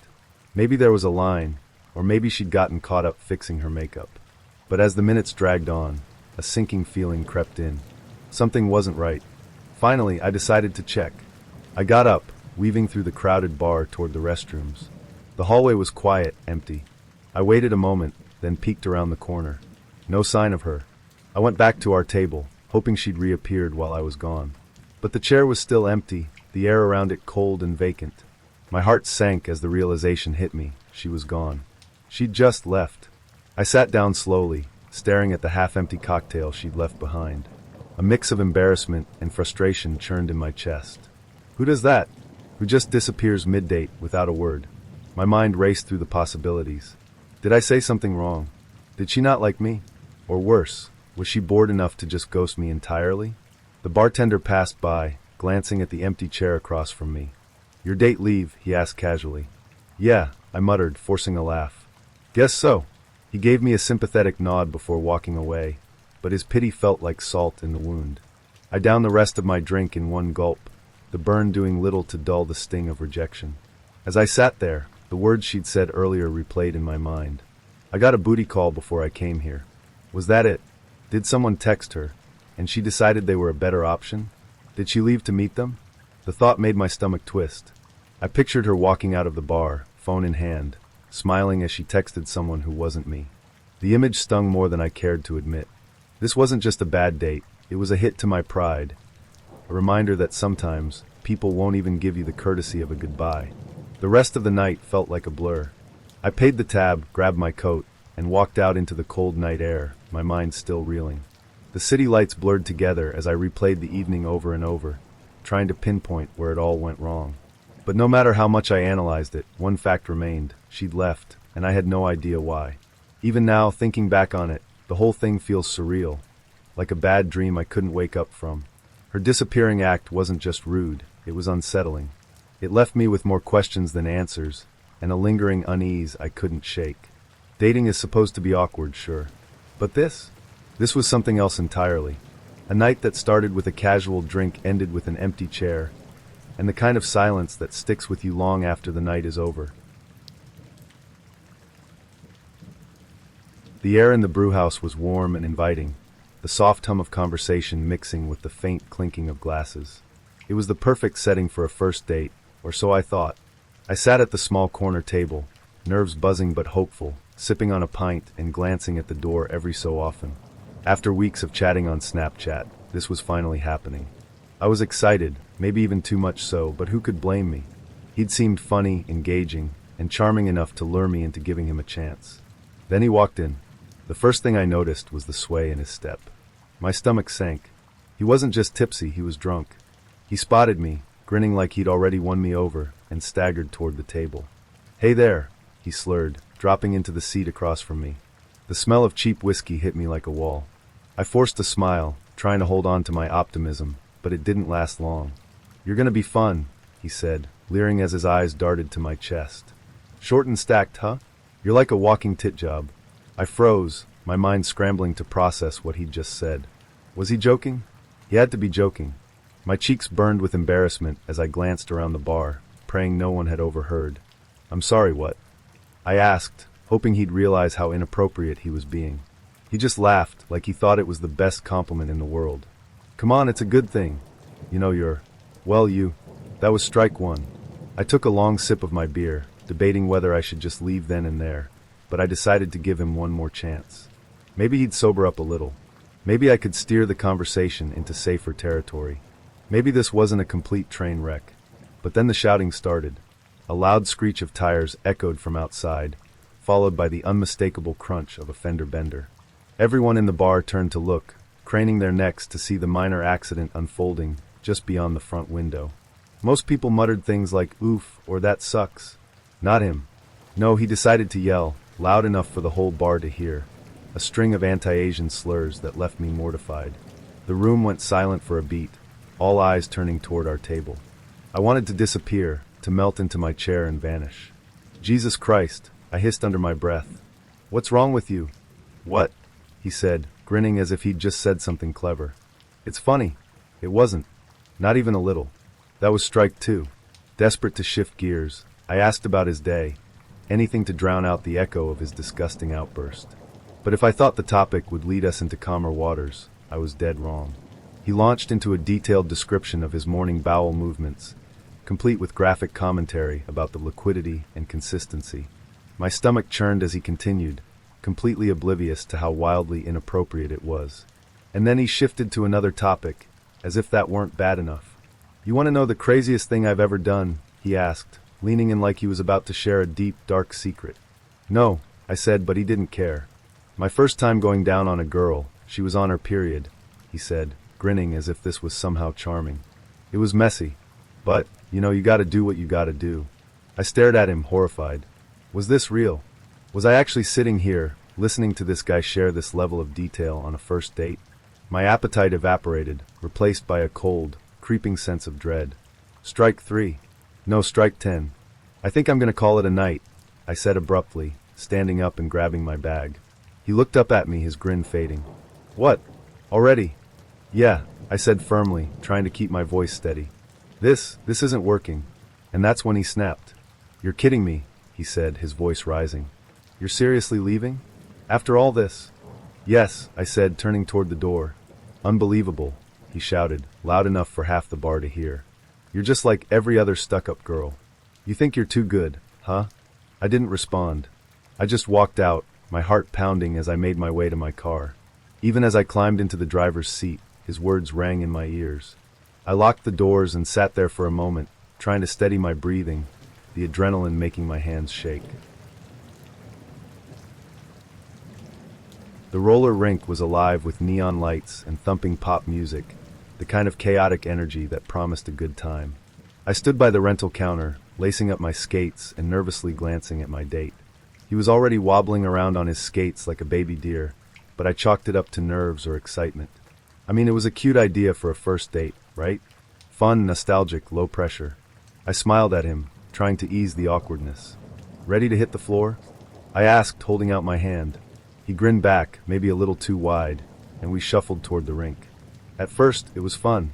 We laughed, stumbled, and leaned on each other as we tried not to fall. He kept cracking jokes, trying to impress me, and for a little while it almost worked. But then, maybe 15 minutes in, his face went pale. Like ghostly pale. "You okay?" I asked, my smile fading. He nodded quickly, too quickly. Yeah, I'm fine," he mumbled, but his hand shot to his stomach, and his expression twisted into something between panic and nausea. Before I could say anything else, he doubled over and, oh my God, threw up. Right there, in the middle of the rink. I jumped back instinctively, but not fast enough. It splashed onto my leg, warm and awful, and I froze in shock. Around us, people gasped and scattered, skaters swerving to avoid the mess. He straightened up, looking horrified, and stammered, "I'm so sorry." I didn't even know what to say. What could I say? My brain was still trying to process what had just happened when he bolted toward the bathroom, one hand clamped over his mouth. I stood there awkwardly, trying to wipe the mess off my leg with a paper napkin someone had handed me. The rink staff came over with a mop, giving me a mix of pitying and annoyed looks. People were staring, whispering, and I wanted to crawl under the neon-patterned carpet and disappear. A few minutes later, he emerged from the bathroom, looking pale and shaky but determined. "I'm so sorry," he said again, his voice cracking. "I don't know what happened. I think I ate something bad. Maybe we should call it a night," I suggested gently, but he shook his head. No, I'm fine now," he insisted, forcing a smile. "Let's keep skating." I hesitated, but I didn't want to seem rude, so I reluctantly followed him back onto the rink. We made it maybe 2 laps before it happened again. This time, he didn't even make it to the bathroom. He stumbled toward the edge of the rink, clutching his stomach, and vomited all over the floor. And yes, some of it splashed onto me. Again. By this point, I was equal parts horrified and grossed out. He apologized profusely, his voice hoarse, and muttered something about needing to sit down. I helped him to a bench, keeping a cautious distance, and handed him a bottle of water. "You really don't look good," I said, trying to be polite while fighting the urge to gag. "Maybe you should call someone to pick you up." He nodded weakly, pulling out his phone. "I'll call my mom," he mumbled. That's when it hit me. This grown man was about to have his mom come pick him up from our first date. Not that I was judging, given the circumstances, but the situation was spiraling into something out of a comedy horror movie. While we waited, he leaned over and threw up again, barely missing my shoes this time. I jumped back, my patience and sympathy wearing dangerously thin. The staff shot me a look, and I mouthed an apology on his behalf, feeling the embarrassment crawl up my neck. Finally, his mom arrived. She hurried over to him, concern etched across her face, and helped him to his feet. "Oh, honey, you look terrible," she said, wrapping an arm around him. And then, as if the night hadn't been bad enough, he leaned toward her and, vomited on her. I stood there, frozen, watching as she gasped and tried to console him while wiping herself off. It was like a slow-motion car crash I couldn't look away from. I knew I should have stepped in, offered to help something, but at that moment, all I wanted to do was run. "Thank you for taking care of him," she said to me, clearly trying to keep her composure. I nodded mutely, my voice caught somewhere between an apology and an explanation that I was never going to see him again. He looked at me one last time, his face a mix of gratitude and humiliation. "I'm so sorry," he croaked, before his mom led him out the door. I stayed behind for a few minutes, partly to compose myself and partly to avoid having to share an elevator with them. When I finally left, the cold night air hit me like a blessing, washing away the stale, nauseating smells of the roller rink. As I walked to my car, I replayed the night in my head, equal parts horrified and incredulous. It wasn't just a bad date, it was a legendary disaster, the kind of night that doesn't just go wrong but collapses into utter chaos. The evening started out ordinary enough. I'd agreed to meet him for dinner after chatting online for a while. He seemed normal, funny, polite, even charming in his messages. I had no reason to expect anything weird. But by the end of the night, I'd lost more than my faith in dating. I'd lost my shoe. We met at a cozy little restaurant, the kind of place where the lighting is soft and the music is just loud enough to drown out awkward silences. At first, everything seemed fine. We exchanged the usual pleasantries, ordered our meals, and settled into conversation. He was a bit quirky, sure, but nothing alarming. Just unique. Then it happened. It was somewhere between finishing our appetizers and waiting for the mains. I remember laughing at something he said, some awkward joke about how hard it was to parallel park outside, and then, out of nowhere, he leaned down and grabbed my foot under the table. At first, I froze, not sure if this was some kind of joke. "What are you doing?" I asked, laughing nervously. "Just checking something," he said, his tone casual, like this was the most normal thing in the world. Before I could process what was happening, he slipped off my shoe. My stomach tightened. "Okay, funny," I said, reaching down to take it back. But instead of handing it over, he straightened up, clutching my shoe in his hand like a prize. And then, without a word, he stood up and walked away. I blinked, stunned, as he weaved through the tables, my shoe dangling from his hand. At first, I thought he was kidding, that he was just being weirdly playful and would come right back. But then he didn't. I watched in disbelief as he headed toward the door, still holding my shoe. "Is this real?" I muttered to myself, half expecting someone to jump out and yell, "You're on camera. It's a prank." But no one did. The seconds stretched into minutes, and I sat there, one foot bare, trying to make sense of what had just happened. Did he leave? With my shoe? Who does that? My face burned with embarrassment as the waiter approached to refill my water. I pulled my leg under the table, hoping he wouldn't notice my awkward situation. "Everything okay?" the waiter asked, his tone polite but curious. Yeah, I lied, forcing a smile. "Just fine." But it wasn't fine. Nothing about this was fine. My date had just walked out of the restaurant, with my shoe, and left me sitting there like an idiot. After a few more minutes of waiting, because apparently I still had hope at that point, I finally accepted the truth. He wasn't coming back. I paid the bill, Yes, I paid, and hobbled out of the restaurant, one foot still bare, trying to hold on to what little dignity I had left. I called a friend to pick me up, and when I explained what had happened, she burst out laughing. Wait, she said between gasps. He stole your shoe. Yes, I said, my voice dripping with defeat. He took my shoe. Just one. And he ran away with it. Why? She asked, still laughing. What does he even want with one shoe? That was the million-dollar question.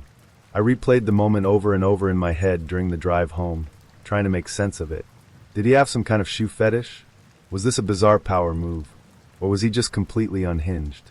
None of it made sense, and the more I thought about it, the more unsettling it became.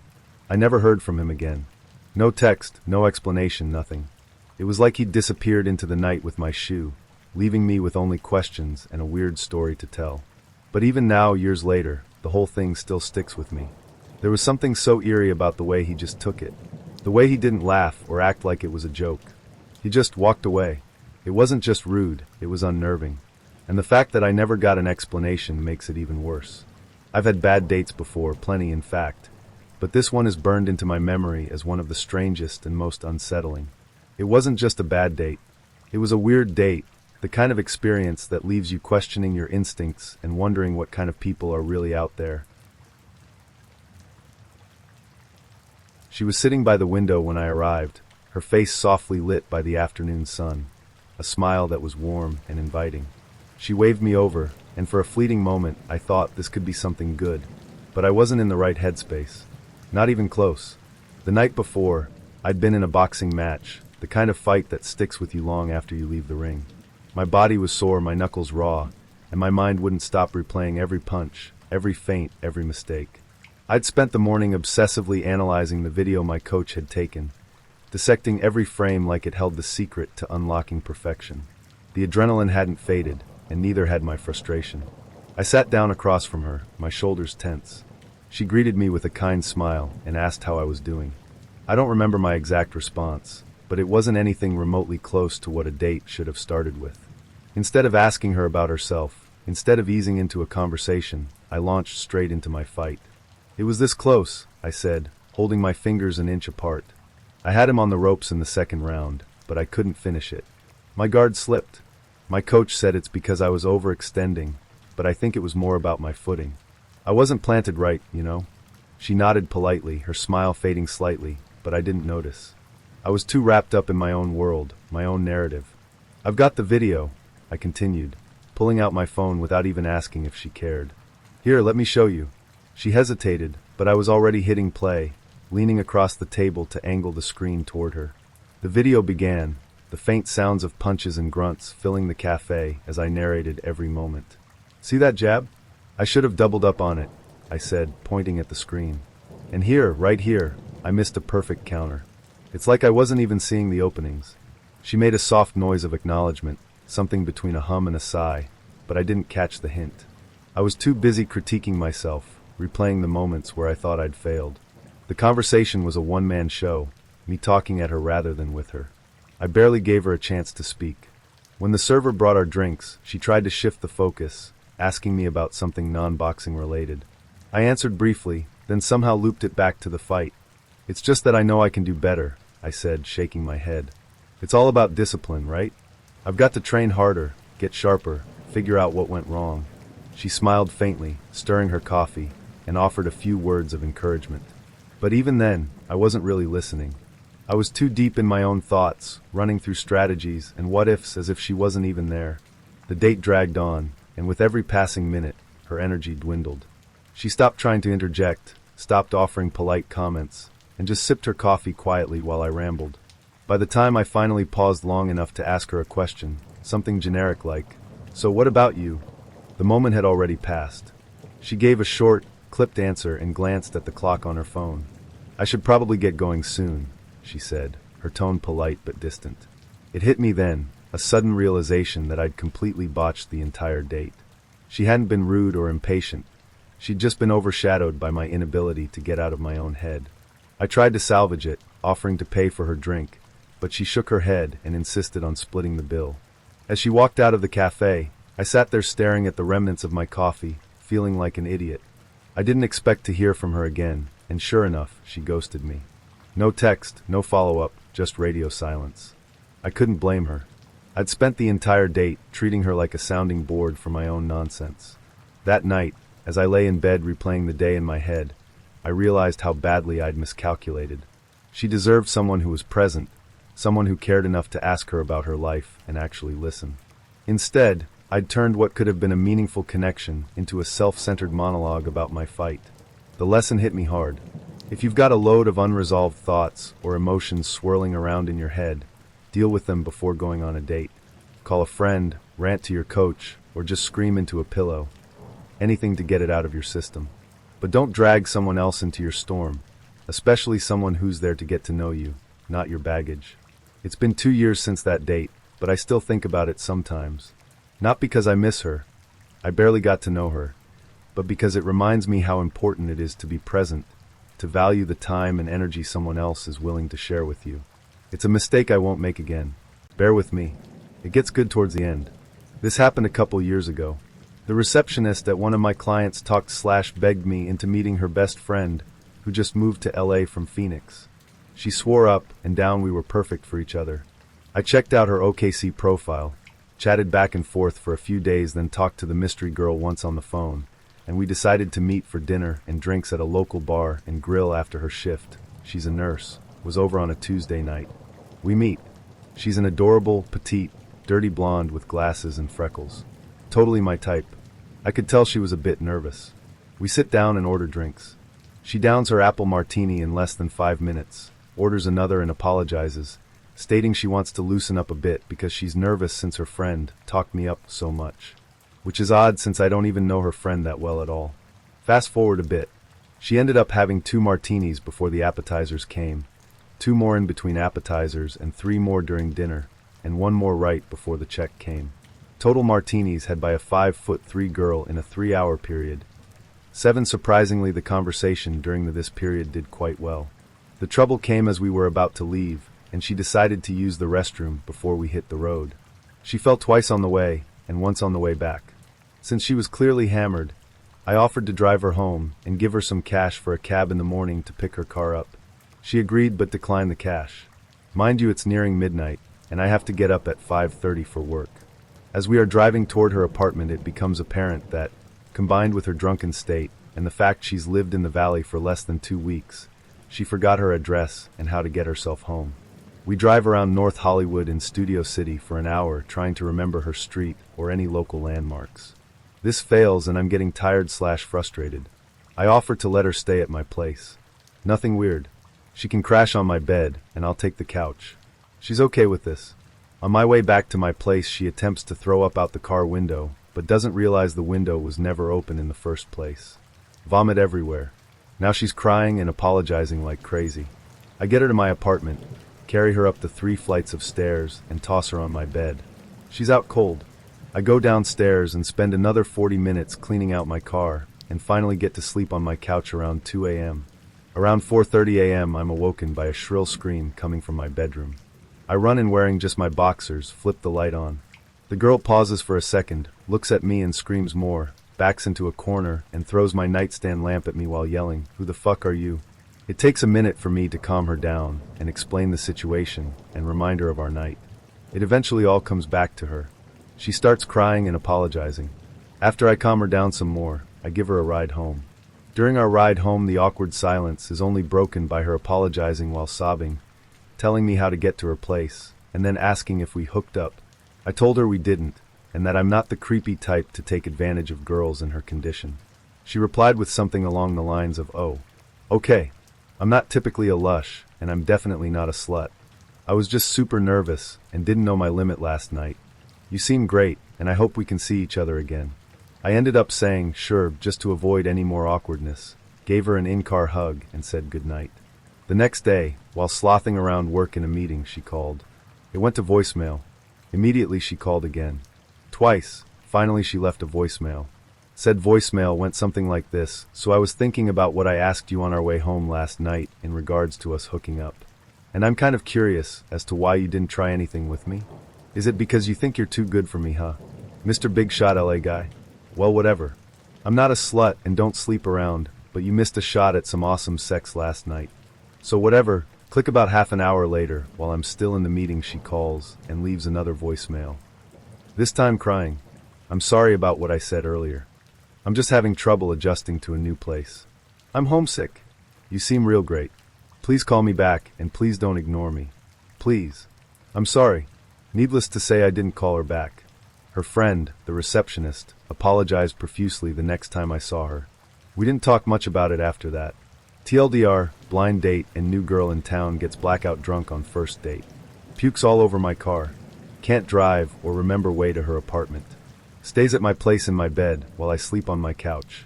Wakes up at 4 a.m., doesn't know where she is, freaks out, screams, throws lamp at me. I calm her down, take her home. She calls me 4 times the next day, leaves voicemail scathing me for not taking advantage of her. Calls back shortly after and apologizes, asks to hang out again. I never speak to her again. At the time, I was young, dumb, and too caught up in the thrill of it all to notice that everything was about to go sideways. This happened during my second year of college, back when I still believed that dating apps were a viable option for finding decent human beings. Spoiler alert, they are not. But back then, I was optimistic. I just downloaded Tinder, and though my expectations were low, I figured, how bad could it really be? Ryan was one of my first matches, and honestly, he seemed great. His profile was refreshingly normal. Pictures of him hiking, playing with his dog, and holding a coffee mug in what I assumed was an attempt to look intellectual. His bio was short and sweet, just a guy who loves dogs, good books, and spontaneous adventures. I mean, come on. Who doesn't love dogs and good books?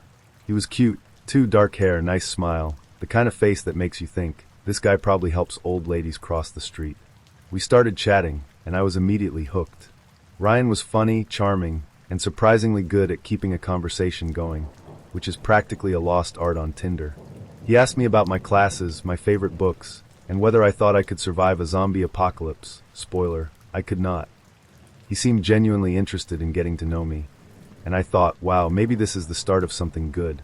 After a few days of texting, Ryan asked if I wanted to hang out. Nothing fancy, he said. Just come over, and we'll watch a movie or something. Now, I know what you're thinking. A movie? At his place? On the first date? Listen, I was 20 and still naive enough to believe that watching a movie actually meant watching a movie. Plus, he seemed so nice. What could go wrong? The apartment of doom. When I got to Ryan's apartment, the first thing I noticed was that it was oddly clean.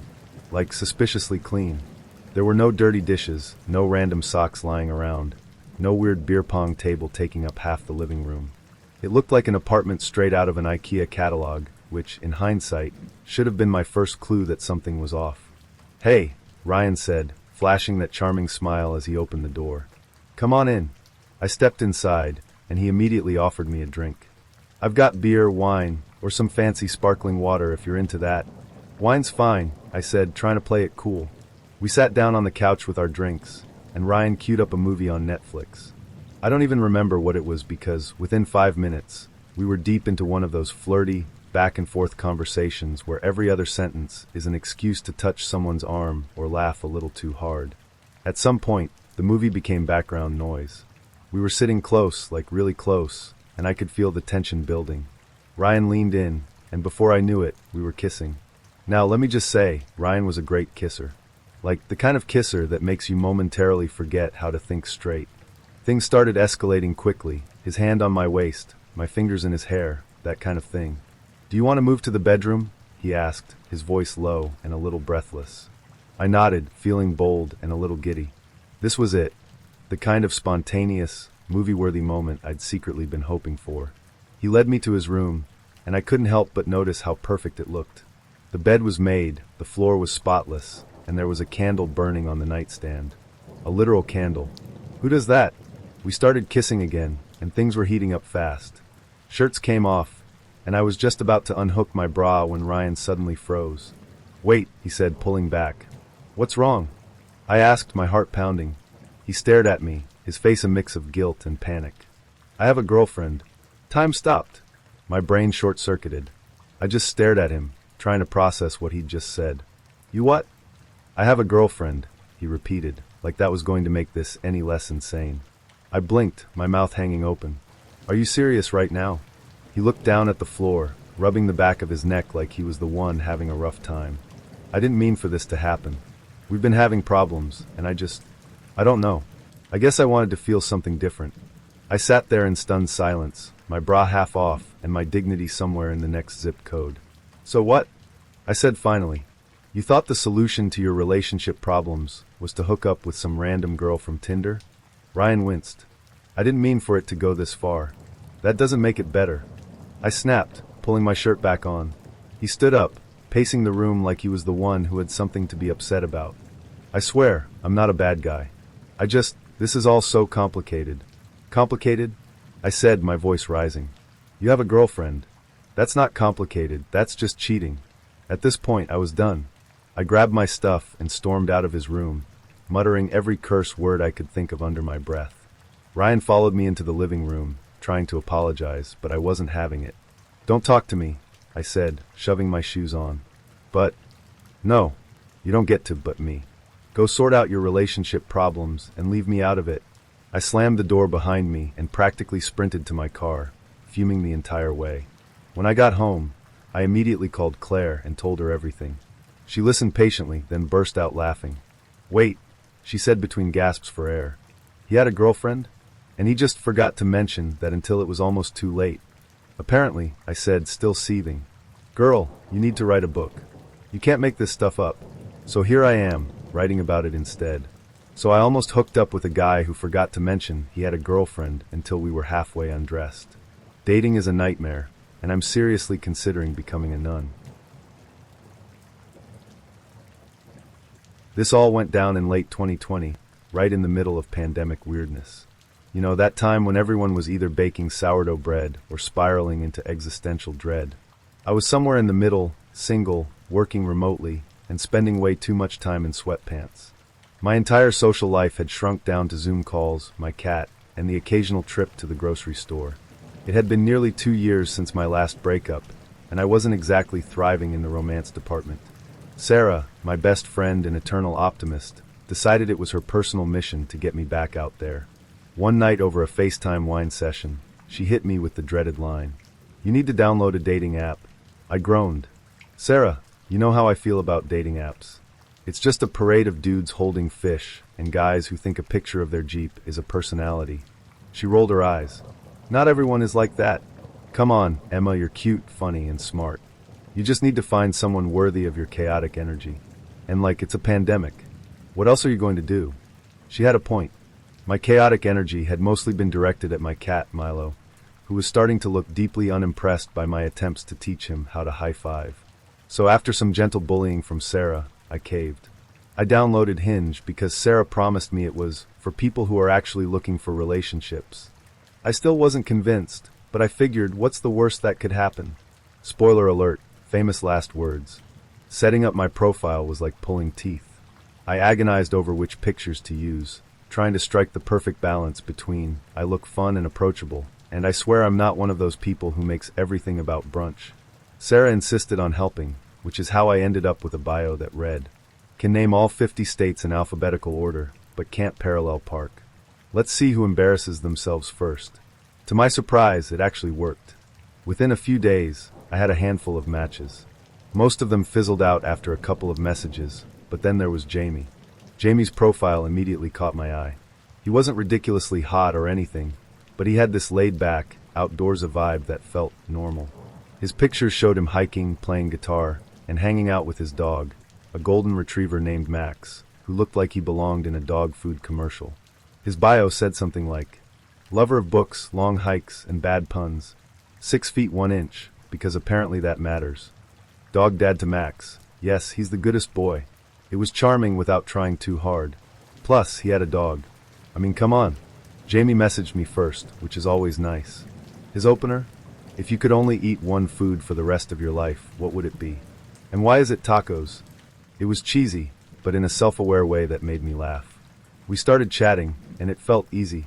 He asked real questions, not just the usual, what do you do for work? Or what's your favorite color? He wanted to know about the weirdest thing I'd ever Googled answer, do penguins have knees? And whether I'd ever had a near-death experience, which, at the time, I hadn't yet. After a week of texting, he asked if I wanted to meet up. Normally, I'd be hesitant about meeting someone from an app so soon, but he suggested going for a hike. Outdoors, socially distanced, it felt safe enough. Plus, he picked a trail I knew well, one that was popular but not overly crowded. I figured, what's the harm? We agreed to meet at the trailhead on a Saturday morning. I got there early because I'm one of those people who has to show up everywhere 15 minutes ahead of time. I parked my car and tried to calm my nerves, scrolling through Instagram while sneaking glances at every car that pulled into the lot. When Jamie arrived, I recognized him immediately. He looked exactly like his pictures, tall, lean, with messy dark hair and a scruffy beard. He was wearing a flannel shirt, hiking boots, and a baseball cap, basically ticking off every box on the cute outdoorsy guy checklist. "Emma, right?" he said, flashing me a smile as he walked over. "That's me," I said, trying to sound casual but probably coming off a little too enthusiastic. We did the awkward first date dance, brief hug, overly polite small talk, and a few nervous laughs. Max, his golden retriever, immediately won me over by wagging his tail so hard he nearly knocked himself over. "Max is definitely the more charming one," Jamie joked. "Good to know who the real date is," I said, scratching Max behind the ears. So far, so good. The first part of the hike was fine. Pleasant, even. The weather was perfect, crisp and sunny, with just enough of a breeze to keep things comfortable. The trail wound through a forested area, with the occasional opening where you could catch a glimpse of the mountains in the distance. Jamie was easy to talk to. We chatted about everything from our favorite movies to the weird quirks of growing up in Colorado. Him versus the Midwest me. He told me about how he'd adopted Max from a shelter and how he was slowly learning to play the banjo because, why not? But then about 20 minutes in, the vibe started to shift. The first offbeat question.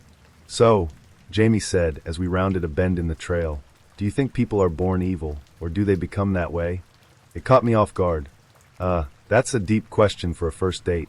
He laughed, but it didn't quite reach his eyes. "Sorry, I've just been thinking about it a lot lately. You know, like what makes someone do bad things?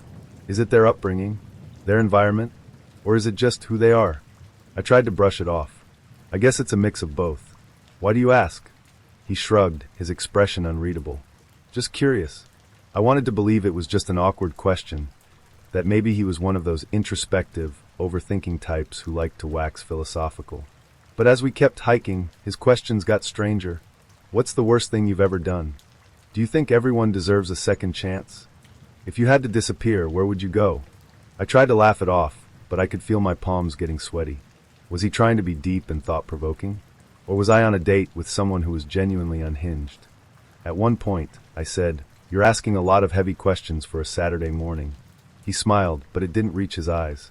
"I guess I just like getting to know people on a deeper level." We eventually reached a clearing with a beautiful view of the mountains.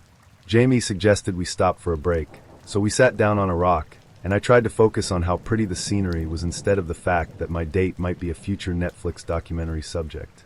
"Have you ever felt like someone was watching you?" he asked out of nowhere. I froze. "What do you mean?" "Like, have you ever just had this feeling? Like you weren't alone, even when you thought you were?" I forced a laugh. "You're not trying to freak me out, are you?" "No," he said, his tone serious. "I just think it's an interesting thought." At that moment, every instinct in my body was screaming at me to get the hell out of there. I glanced at my phone like I'd just remembered something. "Oh shoot. I told my roommate I'd be back by noon. We should probably head back." Jamie frowned. "We're not that far from the end of the trail. Don't you want to see it?" "Maybe another time," I said, standing up and brushing off my pants. "Sorry, I totally lost track of time." He hesitated for a moment, then nodded. "All right, let's head back." The walk back to the parking lot was tense. Jamie was quieter now, and I could feel him watching me out of the corner of his eye. Max trotted along happily, blissfully unaware of the fact that his owner was giving off major Dateline energy. When we finally reached the parking lot, I let out a breath I didn't realize I'd been holding. "Thanks for the hike," I said, forcing a smile. "It was nice meeting you." "You too," he said, his expression unreadable. "Drive safe." I got into my car, locked the doors, and drove away as fast as I could without looking back. A few weeks later, I was scrolling through the news when I saw a headline that made my stomach drop. "Man arrested in connection with multiple missing women in Colorado." It was Jamie. The article said he'd been using dating apps to lure women into meeting him in secluded areas, where he would, well, you can guess the rest. I sat there staring at my phone, my hands trembling. I'd been that close to being one of his victims. So after a year of being single, I let my best friend, Amanda, convince me to give the apps one more chance. "Oh, come on," she said. "You're just being dramatic. Not everyone on there is a sociopath." Amanda was wrong. Rock Bottom, Part 1, The Businessman. Let me rewind for a second. Last year, I matched with this guy on Bumble. Let's call him Ethan. Ethan's profile was everything a woman in her late 20s/early 30s wants to see. He described himself as a successful business owner, college educated, and ready to settle down. His pictures were normal, no shirtless selfies, no group shots where I had to figure out which one he was, no weird bathroom mirror pics. He looked normal. We started chatting, and Ethan was good. Like really good. He asked thoughtful questions, he didn't bombard me with cheesy pickup lines, and he made me laugh. He told me he owned a small marketing agency, which I thought was impressive. He even mentioned how he'd spent the past year reflecting on his life, and how he was ready to find someone to settle down with. I thought, wow, maybe this is what all the therapy and bad dates were leading up to. We agreed to meet for coffee. And let me tell you, Ethan was charming. He showed up on time, he complimented me, but not in a creepy or over-the-top way. And he actually seemed interested in what I had to say. I left that date thinking, maybe this is it. Maybe I've finally found a decent guy. Fast forward to 2 days later. I was sitting at my desk at work, scrolling through Facebook, as one does when they're procrastinating.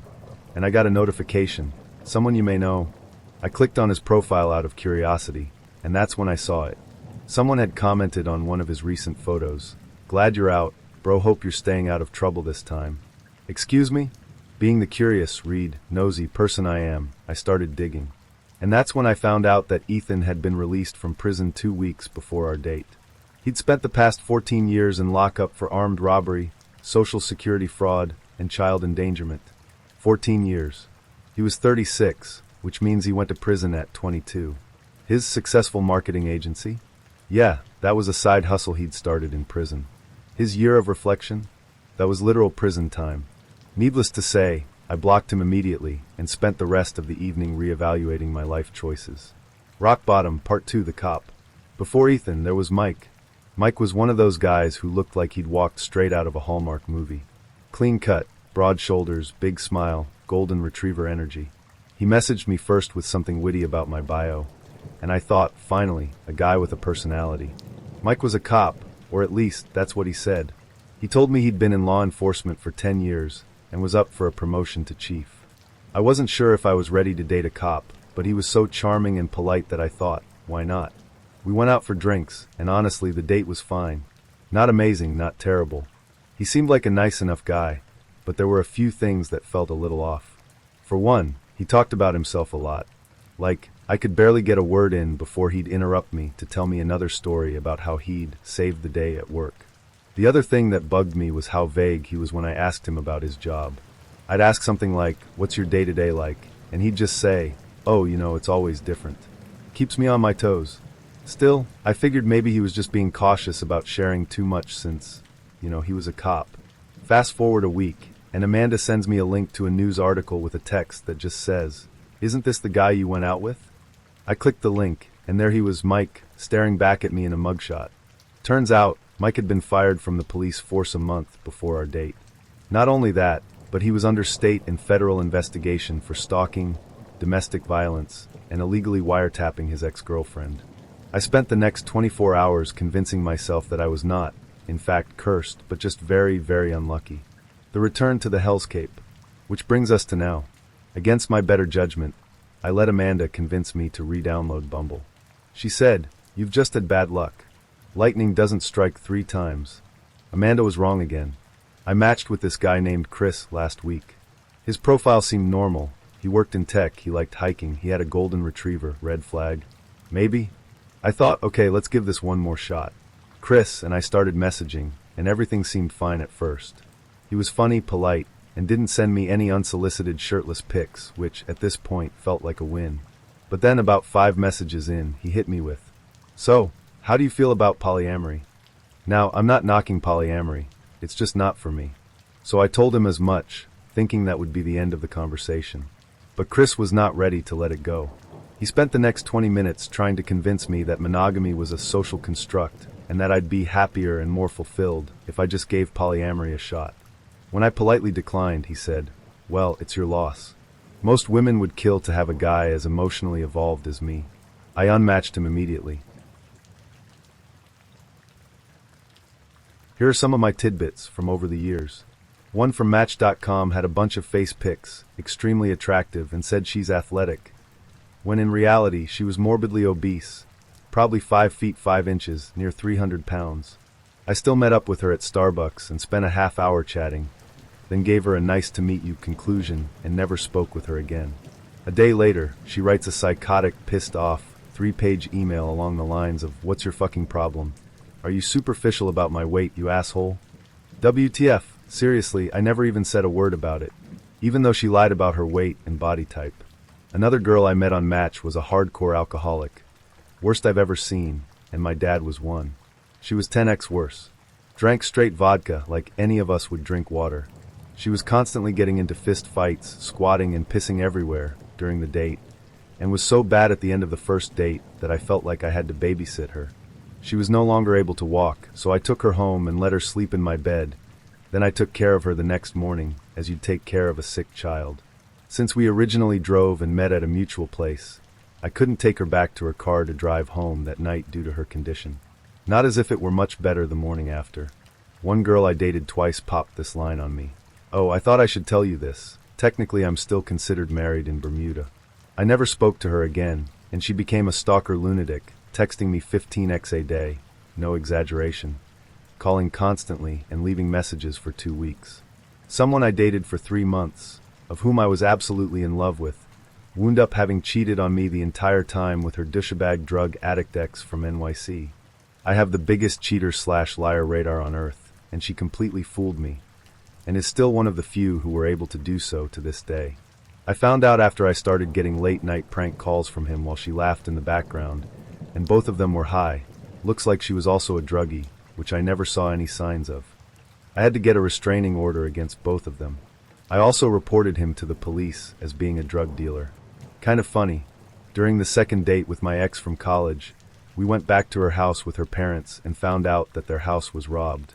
Her father was a gigantic polished dude who was drunk on vodka all the time, and was really drunk at the time, so he threw a Hulk-like fit of rage on the sidewalk. He picked up a huge iron fence post and started smashing the pavement and some parked cars with it. The police came, and I pleaded with them to let him go. Turns out that at some point in between, he also ran down the block and put a few dents in cars with his fist. Dated someone from downtown NYC for over a month and a half, and we did absolutely nothing physical at all. It was very bizarre. Eventually she called me, crying, saying that the reason why is because she has herpes and didn't want me to catch it. I had an indescribable shock face on. I had no idea what to say, but I thanked her twice for saving me from catching it. We never spoke again. These are all reasons why I had to move out of New Jersey. A girl invited me over to her house after maybe a week of intermittent OKC chatting to watch the Breaking Bad finale. We both liked the show, but on the way to her house, she lived maybe a 15-minute drive away. She chooses to confide in me that she's actually a drug dealer and that she hopes I'm okay with it. Now, I'm not a big druggie, maybe the most casual, once every couple months smoker at best, but I'm an open-minded person, so I said what the hell. I was already closer to her place than mine, and I wanted to see what was on Breaking Bad. I get there and a few things are some blatant signals that something's wrong, which I, in my laid-back naivety, chose to ignore. First off, she's about half a foot shorter than her listed profile height and maybe 20 lbs heavier. This was a problem because I'm already a tall man, so at this point we've got a nearly 2-foot height differential. Additionally, she's dressed in a shawl like a sort of suburban stoner vampirella, and the whole house is unheated, in November, mind you, and unlit, save for many, many candles. I could clearly tell that this wasn't going to work out, but still I soldiered on for a bit for the sake of Breaking Bad. I sit down on a couch, and she just disappears for roughly 10 minutes. I'm not about to turn on her television for fear of rudeness, and also because I'm not 100% sure that this house has power yet. After she returns, she has her dealer boss, for lack of a better term, with her, and with him perhaps the biggest bag of weed I've seen in my life. The two proceed to lay it out on the table and take out little baggies, building up smaller stores for sales or whatever. You can see my weed expertise is lacking. And this whole time the girl doesn't really talk to me at all. Her dealer boss and I have a polite conversation about various things. And honestly, I was a bit surprised that they were displaying this whole operation to some guy she met on the internet. I must have one of those faces. I mentioned my Breaking Bad, my only hope of salvation, and they turned on a little television in the corner. The volume was low though, because apparently I was interrupting their business meeting with my quality television. Maybe 20 minutes in, they get a knock at the door, and in comes several other of their little dealer crew to help with their community harvest.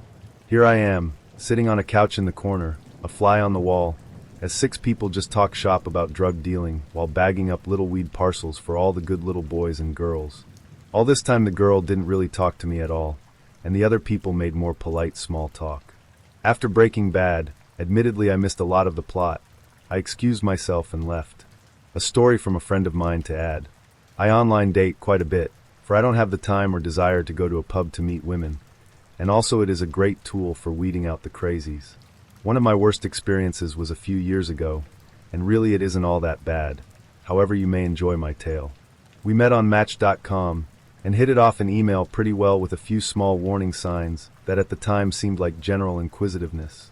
Signs like, what is your job? Does that pay well? In addition, her constant drive for acceptance, compliments, status, and her devout materialism. Being less cynical then than I am now, we set up a date and agree on a moderately fancy place in downtown Seattle. We set our date for 7, and I make reservations. When I arrive, 5 minutes early, she is already at the table and has 3 empty martini glasses before her and nursing her 4th. Her photos were not all that out of date and represented her, perhaps 10 pounds lighter, but they definitely were not up to date. She dressed to impress, but in my mind's eye, I recall something not being right about it all. Through the date, she kept trying to impress me about things she owned, places she had been, and name-dropping famous people she claimed to have known. Her continued emphasis on equating her worth to material things, and her continued inquiries about my worth, such as, do you rent, with a sneer, or do you own, were rapidly rising from warning to alarming. When it came time to order, she chose the most expensive thing on the menu, surf and turf with lobster, and ordered not 1, but 2 more Bombay Sapphire martinis, which she plowed through during the meal, while only touching 1 or 2 bites of her entire meal. I kept my end chit-chat small, and enjoyed my meal and paired wine, and let her continue her self-aggrandizement. For dessert she ordered some $50 chocolate champagne truffle mouse and 2 more cocktails. I had coffee. I was beginning to grow concerned not just for my wallet, but also that she might actually be a pretty hardcore alcoholic. She had 2 bites of her dessert through the hour we talked and sent it off, like her meal, not requesting a doggy bag. As she siphoned off those 2 drinks, bringing her known total to 8 in 2.5 hours, I realized that there was something absolutely wrong with this person at a fundamental level, and getting any more involved with her would probably be a very, very bad idea. When the waiter appeared after the dessert, I said to him, "We will take the checks, please," with an emphasis on the S. On cue, she excused herself to the ladies' room. The waiter got my subtlety and promptly returned with 2 bill books and placed one on her setting, and I gave him my card.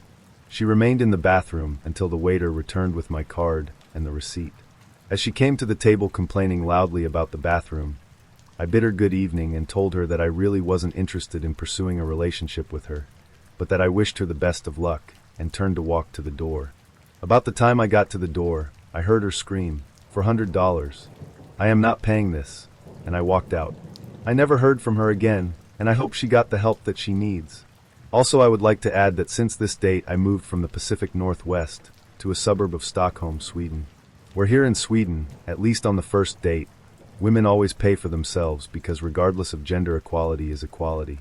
I kinda like this, and although I absolutely do not mind treating a date, I think that it sets an obligation-free atmosphere for a date that allows us to get to know one another without the specter of one person being beholden to another over a meal. So I met an insane woman on Match.com who decided to run up a $400 bill for her dinner and drinks, probably expecting me to pay for it. I paid my part and left her to hers. Later moved to Sweden, where women pay their own way. About 4 years ago, reeling from a nasty breakup, I decided to give Match.com a try. A couple weeks after signing up, I received a message from a guy named Justin. He was cute and just my type, and we set up a date. We got along really well in person, and ended up going on a couple more dates. It seemed like everything was going well. Justin lived in Fullerton, and it was my turn to drive to him for a date. We headed over to Dave and Buster's, and had a great time playing air hockey and Dance Dance Revolution. Then we decided to head back to his place to watch a movie. We'd kissed a couple times, and Justin was an excellent kisser. I was looking forward to cuddling and more kissing. But first we decided to make a stop at 7 to 11 for some munchies. We gathered up a couple sodas and some candy, and took them up to the register. $6.66, said the cashier as I pulled out my wallet to pay. Justin gasped loudly. "We can't possibly leave the total at $6.66, he exclaimed. "That's the mark of the devil." I just laughed. Justin got a very serious look on his face. "If we leave the total like that, we're going to get in a car accident on the way home and die." At this point, I felt he was being ridiculous. "Fine, grab something else if it bothers you that much." He threw a York peppermint patty on the counter and was satisfied when the total became $7.42. And we headed back to his place.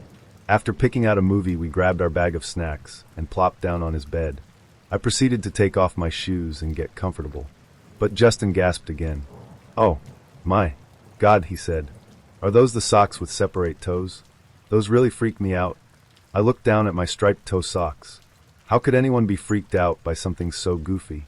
"Seriously," he said, "I can't handle those socks. They really bother me." I just looked at him and leaned back on the bed. I was already over it. Little did I know Justin was just getting started. "Oh my God," he exclaimed. I could see that a light had just gone off inside his head. "I get it now. You're a witch? It all makes sense." "Come again?" I asked. "It all makes sense. Your black cat, your love of bats, your stripy witch socks, and you weren't even bothered by the $6.66. Are you a witch?" "Get real," I said. "I'm not a fucking witch." But I could see the guy was serious. "Retard. Well, I think you're a witch," he said. "And can you please take off your socks? They're really bothering me." "I'm not taking off my damn socks," I replied. "You're being silly." "I can't help it. Those socks really freak me out. I'll do anything for you to take them off. I'll pay you to take them off. Any amount. You'll pay me?" I asked. "Yes," came his reply. "Fine. Pay me $6.66. He glared at me as I packed up my stuff and left. And that was the last I ever saw of Justin. Guy I was dating seriously thought I was a witch. This is most likely going to get buried. Here goes. Hopefully it will give someone else a giggle, as my friends regularly remove the urine from me about it. So after a particularly bad breakup, I decide to give internet dating a shot. So egged on by a couple of friends, I decide to join Plenty of Fish. It's free, nothing to lose. I join up, don't really send any messages, look around every now and then when... Bingo! I get my first message. Very polite girl. Attractive, seems smart, has job. All boxes ticked so far. We chat for a fair while, when she springs the trap and asks to meet. I agree, and drive around 45 minutes to the arse end of nowhere to meet her. No biggie, I like driving. I get to this pub, drop her a text and just say, "Hey, I'm here a little early, shall I grab you a drink?" I wait 5 minutes, no reply, no sweat. I got myself a beer and opened a tab to make life a little easier. So there I am, sitting, nothing for at least 25 minutes. So I'm thinking on calling it quits, finish my beer, look at my phone, nothing. I'm grabbing my coat, when all of a sudden, she appears. She apologizes. I half expect her to say that her car broke down, or bus was late, something akin to this. Oh no. She was over the other side of said pub, with her friends. Right. That's pretty weird, but whatever, she's here now, no point in dwelling. So we start chatting. I buy her a large glass of wine. She lives walking distance to the pub.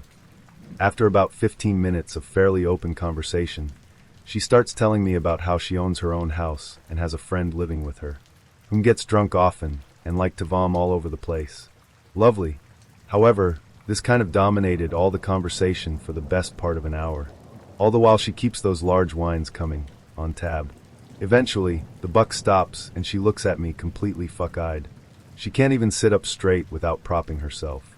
At this point, I decide that this woman is the devil. I make some quick excuses about work, etc., etc. Then I realize that she can't actually stand up. I ask her if I can drive her home. In fact, I was rather insistent on this, as the girl would most likely have ended up laying in the middle of the road if left to her own device. She finally agrees with the condition of no sex. Don't worry, darling. That's at the end of my wish list with you right now. So I take her to my car, open the door for her, and she falls in. It's hard to graciously explain what I mean here.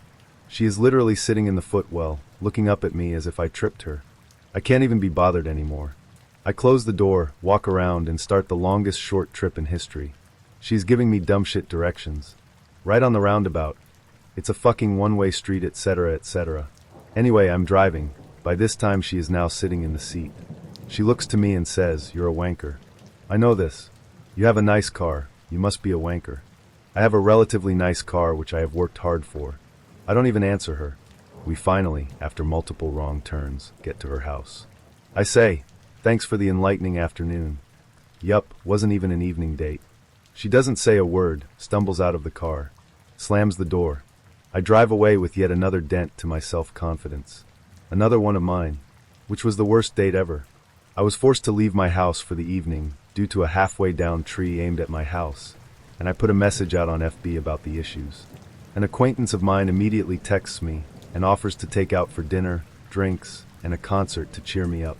He'd been asking me out for weeks, and I really wasn't that interested, but I appreciated him trying to help me take my mind off of possible having a tree on my house the next morning. So I went. Dinner and drinks were fine, and conversation was okay.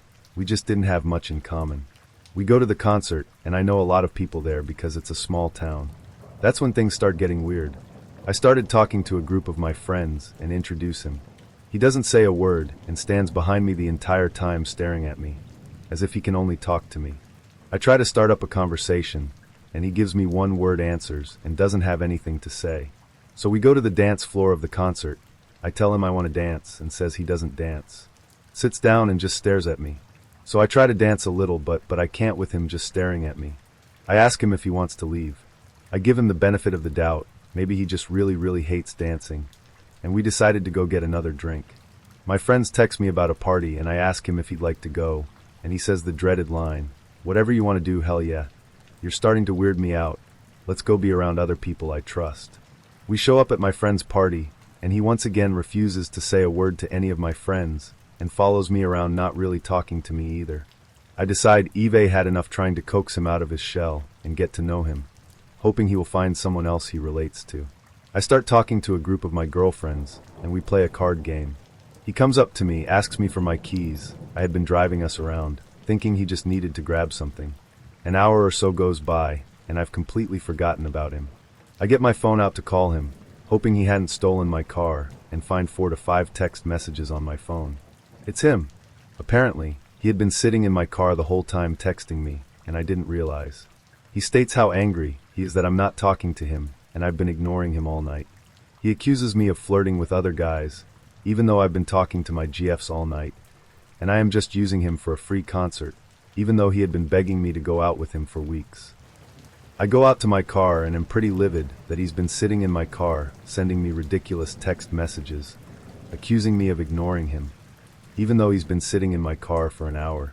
He gets angry and walks home. It wasn't that far, so I didn't feel very bad considering. The next day I find that he's deleted me from FB and sent a flurry of Facebook messages calling me a bitch and telling me how horrible of a person I am, then apologizes and tries to add me again. Did not accept. Haven't spoken to him since, thankfully. This is kinda long, but I think it's worth the read. Several years ago I was playing World of Warcraft and was just having friendly banter in guild chat. One of the guild members that I had never met commented on the conversation, and we began to talk. I paid it little mind, but had an interesting conversation nonetheless. We talked a bit more the next day, and she said she was a girl and lived in the part of the world where I had grown up and where my parents still lived. Again, paid it little mind and minded my own business. Over the course of a few weeks, we actually started to form a pretty strong friendship. We would do things together in game and have conversations over Ventrilo, and eventually even over the phone. I still didn't take things seriously at all, even when we started telling each other bedtime stories. After a few months, I started to really consider her a good friend. Our conversations were often rather deep, and she seemed genuinely interesting to talk to. a quality I found lacking with most of the women I came in contact with. About 4 months after we started talking, a very dear friend of mine, who was in the Navy, called me up and said that he was going back home, where I was from, where she lived, and wanted to see me. He bought me a ticket and insisted that I come visit him, so I did. I made a point to let her know that I would be there, and I would like to meet her. Long story short, I went to meet her, and we really seemed to hit it off. We even made a lot of our bedtime stories come to life. A few days later I got a motel room, and we had another incredible night. I went back home, halfway across the country, after my vacation, and I just couldn't seem to get her out of my head. I ended up coming to this point where I realized I had a choice. A huge fork in the road, and no matter which path I took, I would always wonder what would have happened if I had taken the other path. I decided to throw caution to the wind and pursue love. Anyway, the next 2 years of my life were kinda living hell. We had financial problems, legal issues, complicated, not getting into details, more money problems, loss of jobs, loss of house, lots and lots of moving, but I stood by her side the entire time and she stood by mine. We've been together just over 4 years now, and we have a beautiful baby boy who melts my heart every time he looks at me. We've been through some incredibly tough times together, but we've come out smelling like a rose. We're actually about to buy a house together and really settle down. I had to add this here to remind everybody that not every online relationship is a horror story. Sometimes taking a risk can really turn out for the better. Met a cute girl named Dana on OkCupid in 2009 around northern Indiana. We hit it off online, we were both into similar things, and she seemed fun. Not exactly the brightest, but fun. We shot messages back and forth for about a week.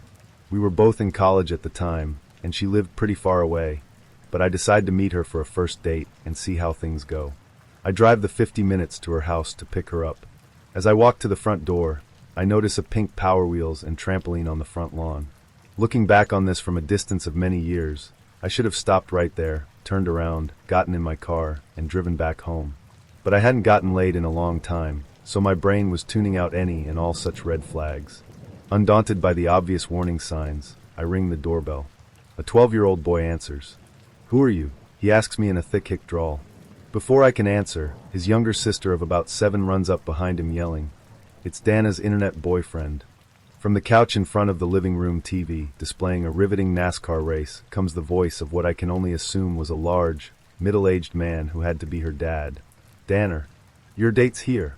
No hello. No handshake. He didn't even get off the couch. And just for clarification's sake, the whole family had such a thick drawl that Dana became Dana, sort of like idea becomes idea. Around the corner comes running a rotund woman in a baggy WVU sweatshirt and baggy jeans. She shoos her siblings away and runs out the door, closing it behind her. As I get a good close look at her there on the doorstep, my mind is desperately trying to match her face and figure to the pictures online. Like I said, my long-time lack of sex had been affecting my judgment, and it showed nowhere worse than in my appraisal of what she would look like in person. In those first few seconds of conversation, I was on autopilot, blurting out perfunctory haze and how's it goings, while a broiling fury of self-condemnation raged in my head. Damn you, penis, for making me ignore the obvious high-angled self-shots and pictures from the titties up. You intentionally disregarded all the classic warning signs of a fat chick trying to hide her fatness. God damn it. But her rack is pretty huge if you can see its contours even underneath that big hoodie. No. Shut up, penis. Not being a total asshole, I kept my cool and decided to at least show her a good time. We went off to some random local Mexican place. Her choice. I had no idea where anything was in this town. The rest of the date was pretty standard.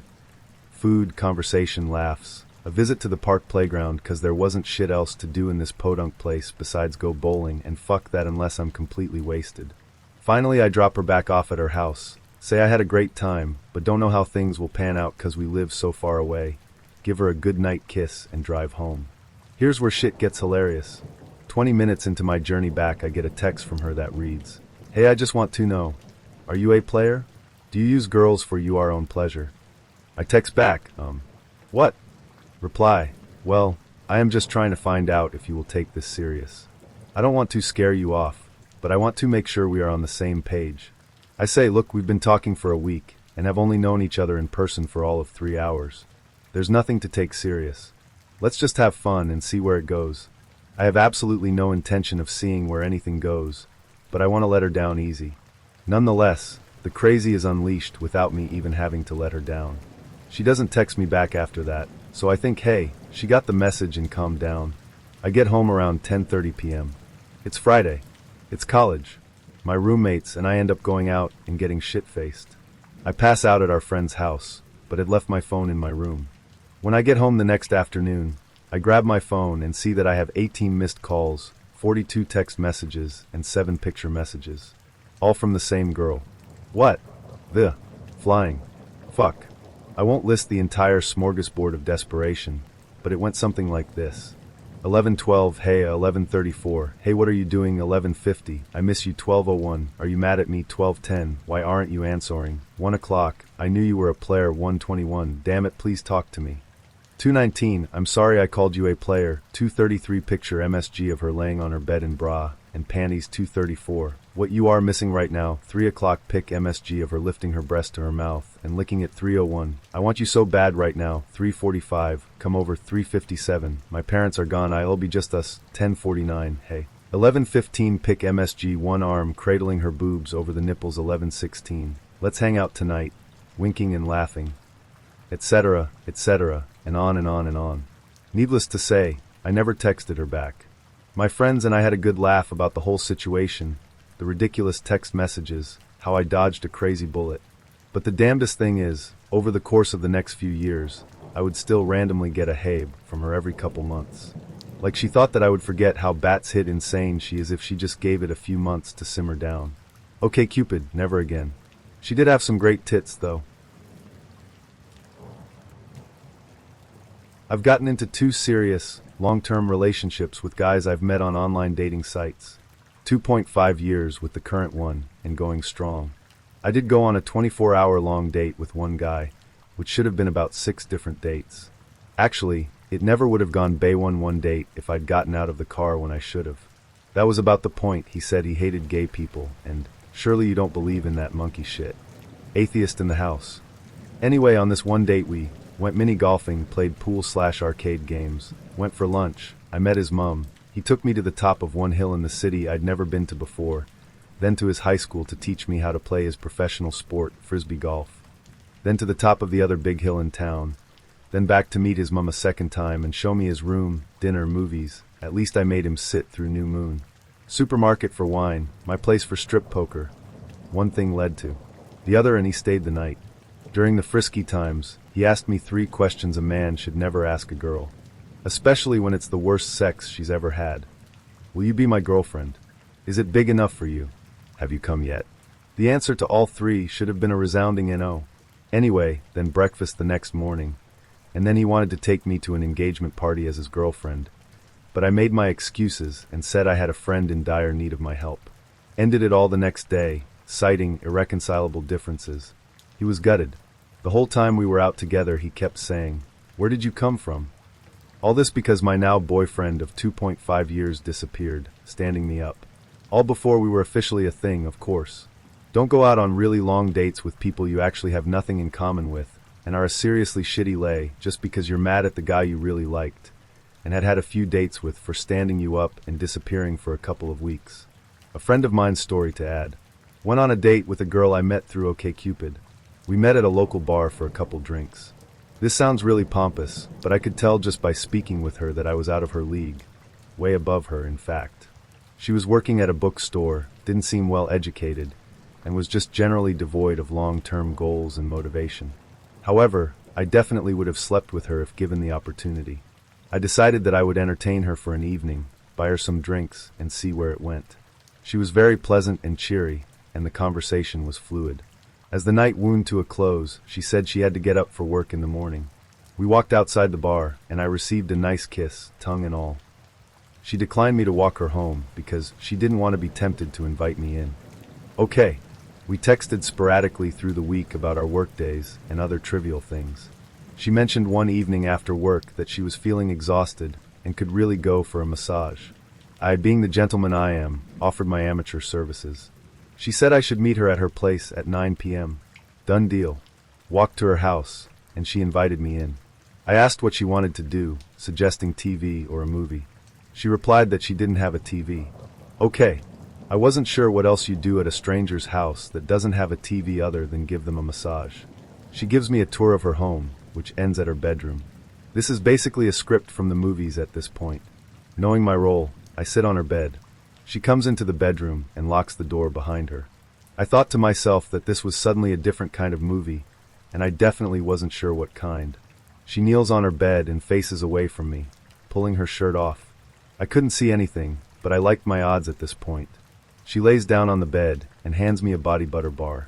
I rub up my hands and go to work on her shoulders. Great skin. Nice body. I'm working on this girl's back until my hands are sore. She senses this and kills the light on the nightstand. All right. She invites me to climb under the covers with her. I quickly pull off my jeans and slip under with her. We make out for a minute or two before I go in for second base. She is, after all, in bed with me and her shirt is off. She senses what is happening and slaps my hand away. What? I try again, and she forcibly puts my hands back on my side of the bed. I'm dumbfounded. You didn't think I was going to have sex with you, did you? This is a joke, I think to myself. The look on her face did not indicate as such. I look at her and very matter-of-factly state, yes, I was very much of the opinion that we would be having sex this evening. She arches her eyebrows and recoils. I barely know you. I can't believe that you would think that. How dare you? After all that rubbing, the kissing, the shirt coming off, the invitation to come over for a massage. She doesn't even have a TV. She put her shirt on under the covers and turned over, the cold shoulder. I got up and left without so much as a word. Never heard from her again. Seeing a running pattern with the heterosexual male posts on here of met her, and she turned out to be a fatty, so I ran. So I thought I'd share some of my psycho-ho's beast dates with girls/women, which had nothing to do with their weight. Date from hell, one hipster vegan chick. I told her up front I don't like a lot of indie alternative music and that I eat meat. She said she didn't care, everyone can do what they want. I still didn't feel right about it, but went along on the date anyway. We meet at Casino El Camino, which if you live in Austin, you know the place. I ordered one of their amazing cheeseburgers. She started going on a tirade about how meat is processed and how the cows are treated, and basically trying to gross me out using crap borrowed from Fast Food Nation. I know exactly where meat comes from, and so it doesn't faze me a bit. I start telling her a few things she's missing in how livestock is treated, what free range actually means, for example. I'm trying to show her that I understand her point of view, but that I still eat meat, even saying something to that effect. But she will not shut up. Finally, my burger comes. I realize this date is pretty much done, so I decide to send it off with a bank. I bite into my casino burger. It's so juicy and bloody. Oh, I love ground up animal flesh. The torture makes it taste so much better. She kept trying to gross me out, and when she realized it wasn't working, and I kept egging her on the whole time talking about how the pain and suffering made the meat sweeter and stuff like that, she threw her drink on me and left.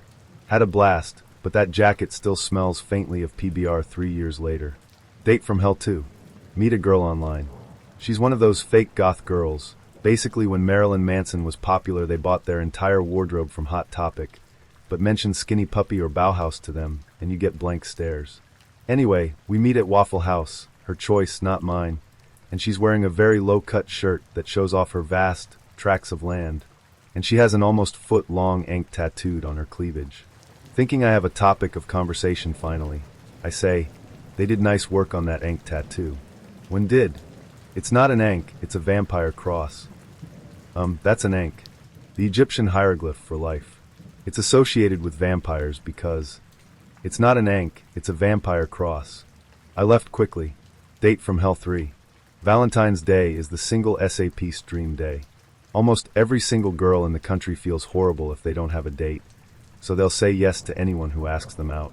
So I met a girl online, and she came over to my place and talked for several hours, watched Princess Bride, talked about books, had some non-intercourse sexy times. I loaned her a book she seemed interested in because I thought we were hitting it off, and she left. Next day, I'm headed to work when I see my book laying on my doorstep with a paper crammed in it. It's a 3-page long letter in which she goes on and on about how big of a loser I am, how she only went out with me because she didn't want to be alone on Valentine's Day, how pathetic I am, how childish because I like movies like Princess Bride, how I need to come out of the closet, how stupid I am since I never finished college, and I'm obviously a complete idiot, etc. Note that not once in the entire evening did she give any indication she wasn't interested. I even went over a play-by-play with a female friend to make sure I didn't miss anything, and she's always good about pointing them out to me. So I wrote her back even though she told me never to contact her again, explaining in thorough detail exactly how she was being a bitch. I also included a copy of her letter, which I proofread for grammar, spelling, and punctuation errors. Date from Hell 4. Talked about this one in another post recently, but I was talking to a girl online. She asked what plans I had that night. I said I was going to see my friend's punk band. She said she'd love to go. I warned her it was punk music, and she may not like it. She said she wanted to go anyway. So we meet, and we're talking, and I reiterate it's a punk band, as in 70s style punk, not Green Day or some 41. She says, I love punk music, it's all I listened to in high school. Everyone else listed to that stupid rap nigger music. At this time, my friend who was the drummer for the band, that had 3 songs about racial unity in the punk scene, and their fondness for beating the shit out of racist/Nazi skinheads and punks shows up. He's also over 6 tall and black with a huge afro. So this is my friend I was talking about. Date from Hell. Like many atheists, I'm fascinated by theology. I have a shelf of various religious books in my library.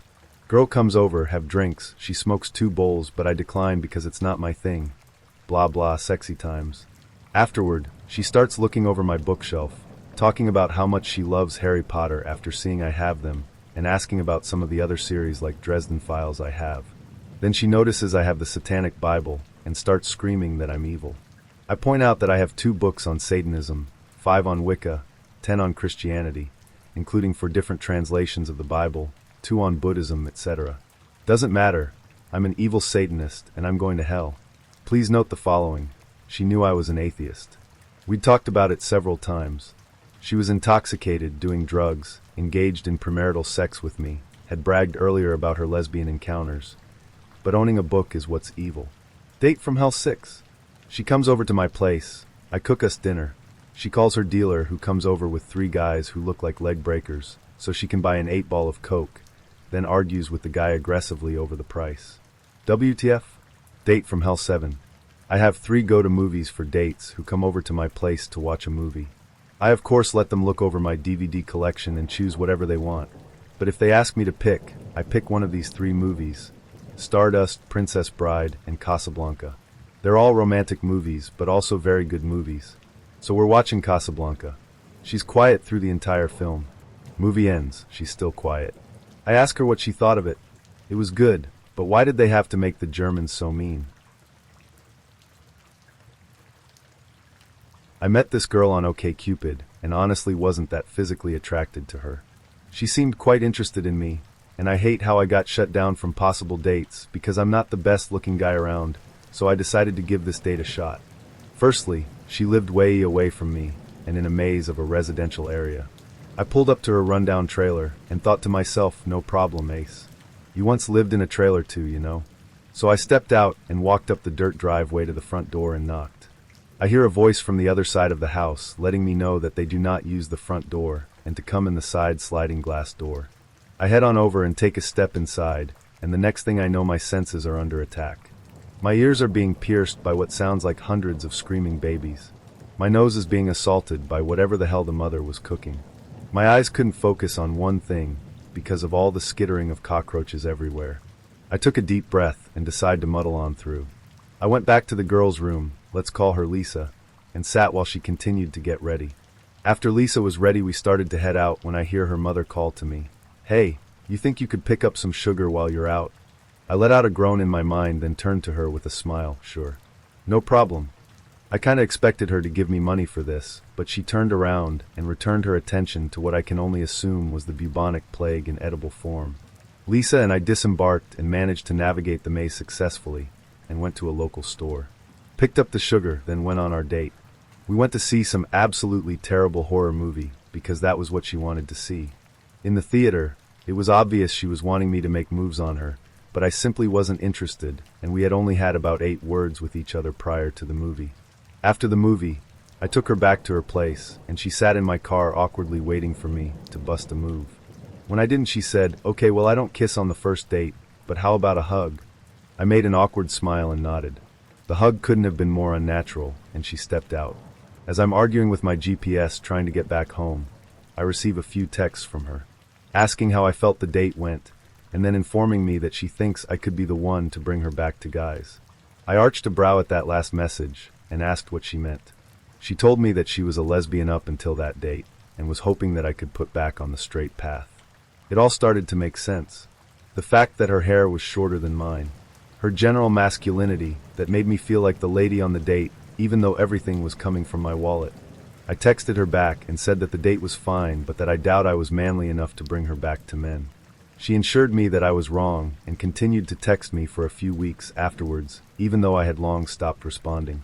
In the end, she was a nice girl, but just not my type. Oh good God, this guy. I met him when I was in junior high online. Just randomly messaged him off a list of screen names I'd found for fun. He was a year younger than me, and we talked and role-played on a forum for 2 years. He disappeared at the start of high school and reappeared by senior year, just before graduation. We talked about the old days, and it escalated from there.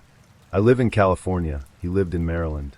He was a possessive, manipulative boy who had dropped out of high school and just played World of Warcraft all day. He roped me into playing, and that is how I now have an account, server transferred. He would refuse to admit to his friends that we were dating, and often tell me he just didn't want people in his business. He talked me into selling my things, first semester of college ever, to pay for a plane ticket to visit him over Christmas. I visited him twice a year, every year for 3 years, his antics being guilting me into sex, having me fly 3,000 miles to Maryland to just sit around his awful smelling room to play World of Warcraft. Play UGIO at all hours of the night. Sleep until 6 in the evening, leaving me alone. Try to follow me into the bathroom when I showered, often argued/yelled at me, and would mope when I disagreed. His parents were alcoholics and drank every night at a bar, leaving me to babysit their 12-year-old and amuse their high school dropout son. One summer, rumors flew that he'd been fucking a girl that had been hanging out with them. This girl threatened to kick my ass, kill me, etc. because she was so gangster, and I had told her that she's a whore and has no merit on my list of concerns. She never showed up while I was there, but this bastard dumped me, right there in the middle of a 4-week visit, and I AHD to drop hundreds of dollars to fly home last minute. He would argue with me until I was worn down and admitted defeat, and often blamed me for his problems. He hated not being the center of attention, and would drive away friends I made. I never felt like a person, and from being blamed for his woes, I have not regained my self-respect. I literally felt like he needed me around, as he had trained me to think, and was afraid to break things off. We have not spoken for a year. The final straw was his constant stalking of my DeviantArt and WoW accounts, and my last visit resulted in me leaving early. After 2 days, when he continued to scream at me for having made a friend a few hours from where I lived, and considering attending the college he'd showed me around, he went through my phone and tried to physically keep me from leaving his house with my suitcase. The last I heard, he'd roped another girl into transferring to his server, and she was having the same problems as I had, but won't listen to a mutual friend about his bullshit. Sucks to be her. Well, I have 2 horror stories and 1 happy ending. The first horror story was a guy I went out with about 3 times, and casually mentioned that I had a blog and played an MMO. He signed up for the MMO, and we started playing together, but didn't hang out again face to face because I had to go out of town for work. A few weeks into it, I noticed that he was online in the game, power leveling and stuff without me. I didn't think anything of it, but I said, "Hey, I saw you online last night. What did you wind up doing?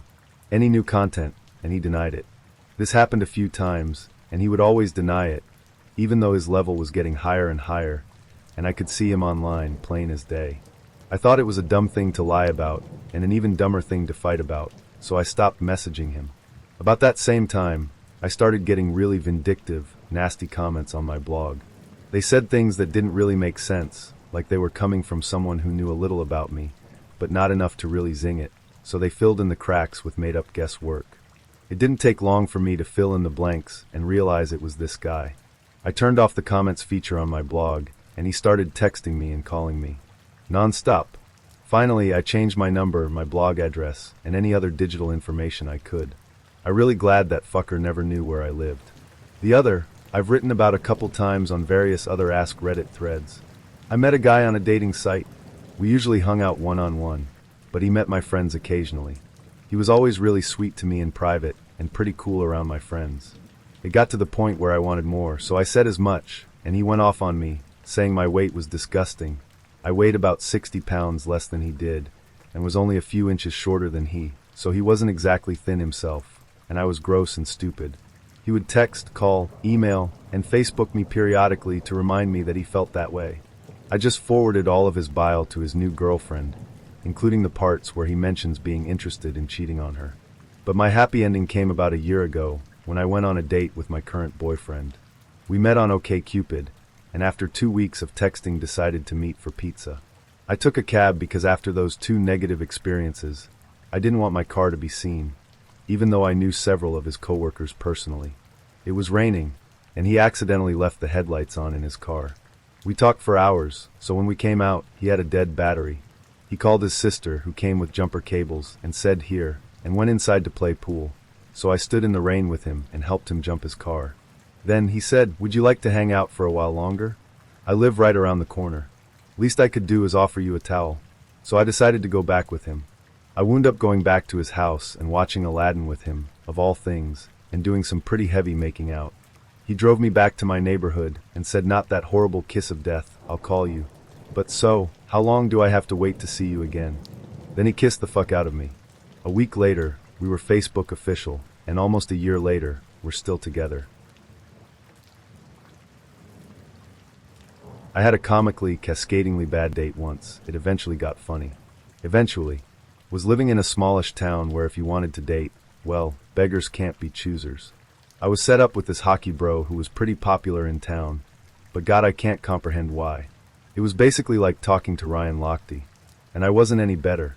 I had just read a really good book on the Vietnam War and raved about it, chapter by chapter, for the duration of our second date. Ugh, cringe.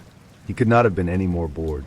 So yes, here we were, 2 people who wanted things to work out, but goddamn were we ever oil and water. One night we drove into the city. I thought tonight's the night, so I wore a bra that was pretty but massively uncomfortable. We're at a restaurant. I am totally changing my game and letting him do all the talking, what there was of it, and basically just fawned over him all night. I leaned forward, felt a sharp twinge, but ignored it. Eventually my side felt cold, and I noticed his sentences getting even more slower, amazingly enough, and him just looking very awkward. 15 minutes later a server comes up to me saying, "Oh my God, are you okay?" I look down, and the right side of my blouse is seeping with blood. Hockey bro had just watched in awkward silence for however long as strips of blood formed around his date's ribcage, and didn't say one word. The underwire of this motherfucking expensive bra snapped at such an angle that it pierced my skin. It didn't hurt, but just bled like the dickens. I have no idea how it drew the amount of blood that it did. It looked like I had been knifed. I kept laughing it off, and was making jokes, desperately hoping someone would laugh along. Nope. Just horrified, awkward stares. I had to take the underwire out in the bathroom, so I exited the restaurant with clumps of bloody paper towels and 2 very differently supported boobs. I'm a keeper. Hockey bro drives me to the medical center, says he's parking the car, and never comes back. Seriously. He abandoned me in a different city, 11 p.m. at night. He later said he came back but couldn't find me in the waiting room. Bullshit, buddy. So a few hours later, I'm bandaged up after a whopping 1 stitch. Didn't own a cell phone, so I'm in the waiting room by the payphone flipping through the white pages, wondering who on earth am I going to call. Still in my bloody shirt with injured people giving me weirded outside glances. And this guy offers to let me use Google Maps on his smartphone. I had one friend in the city, and I knew where she lived from visiting before, but I didn't know her number offhand. So I was just hoping she'd let me crash at her place for the night. I write down the Google Maps route, and I run out to catch the last bus of the evening. I catch it, fortunately. Thank God I had changed that night, I never do. And I get off at the right stop and walk the rest of the way. It's in the suburbs on the edge of the city. So I'm walking, all the streets look safe. But then the streetlights appear less and less, and suddenly I'm really at the edge of the urbanized city. What I didn't know beforehand was that Google Maps will use trails and pathways and all kinds of nature's little shortcuts as a route option. So here I am at like 1 a.m. walking through this pitch-black hiking trail through the woods, and we're talking about a relatively underdeveloped part of Canada. with just the moon, the stars, and surprisingly bright white plain contrails for light, hyperventilating thinking, this is how women get murdered. This is how women get murdered.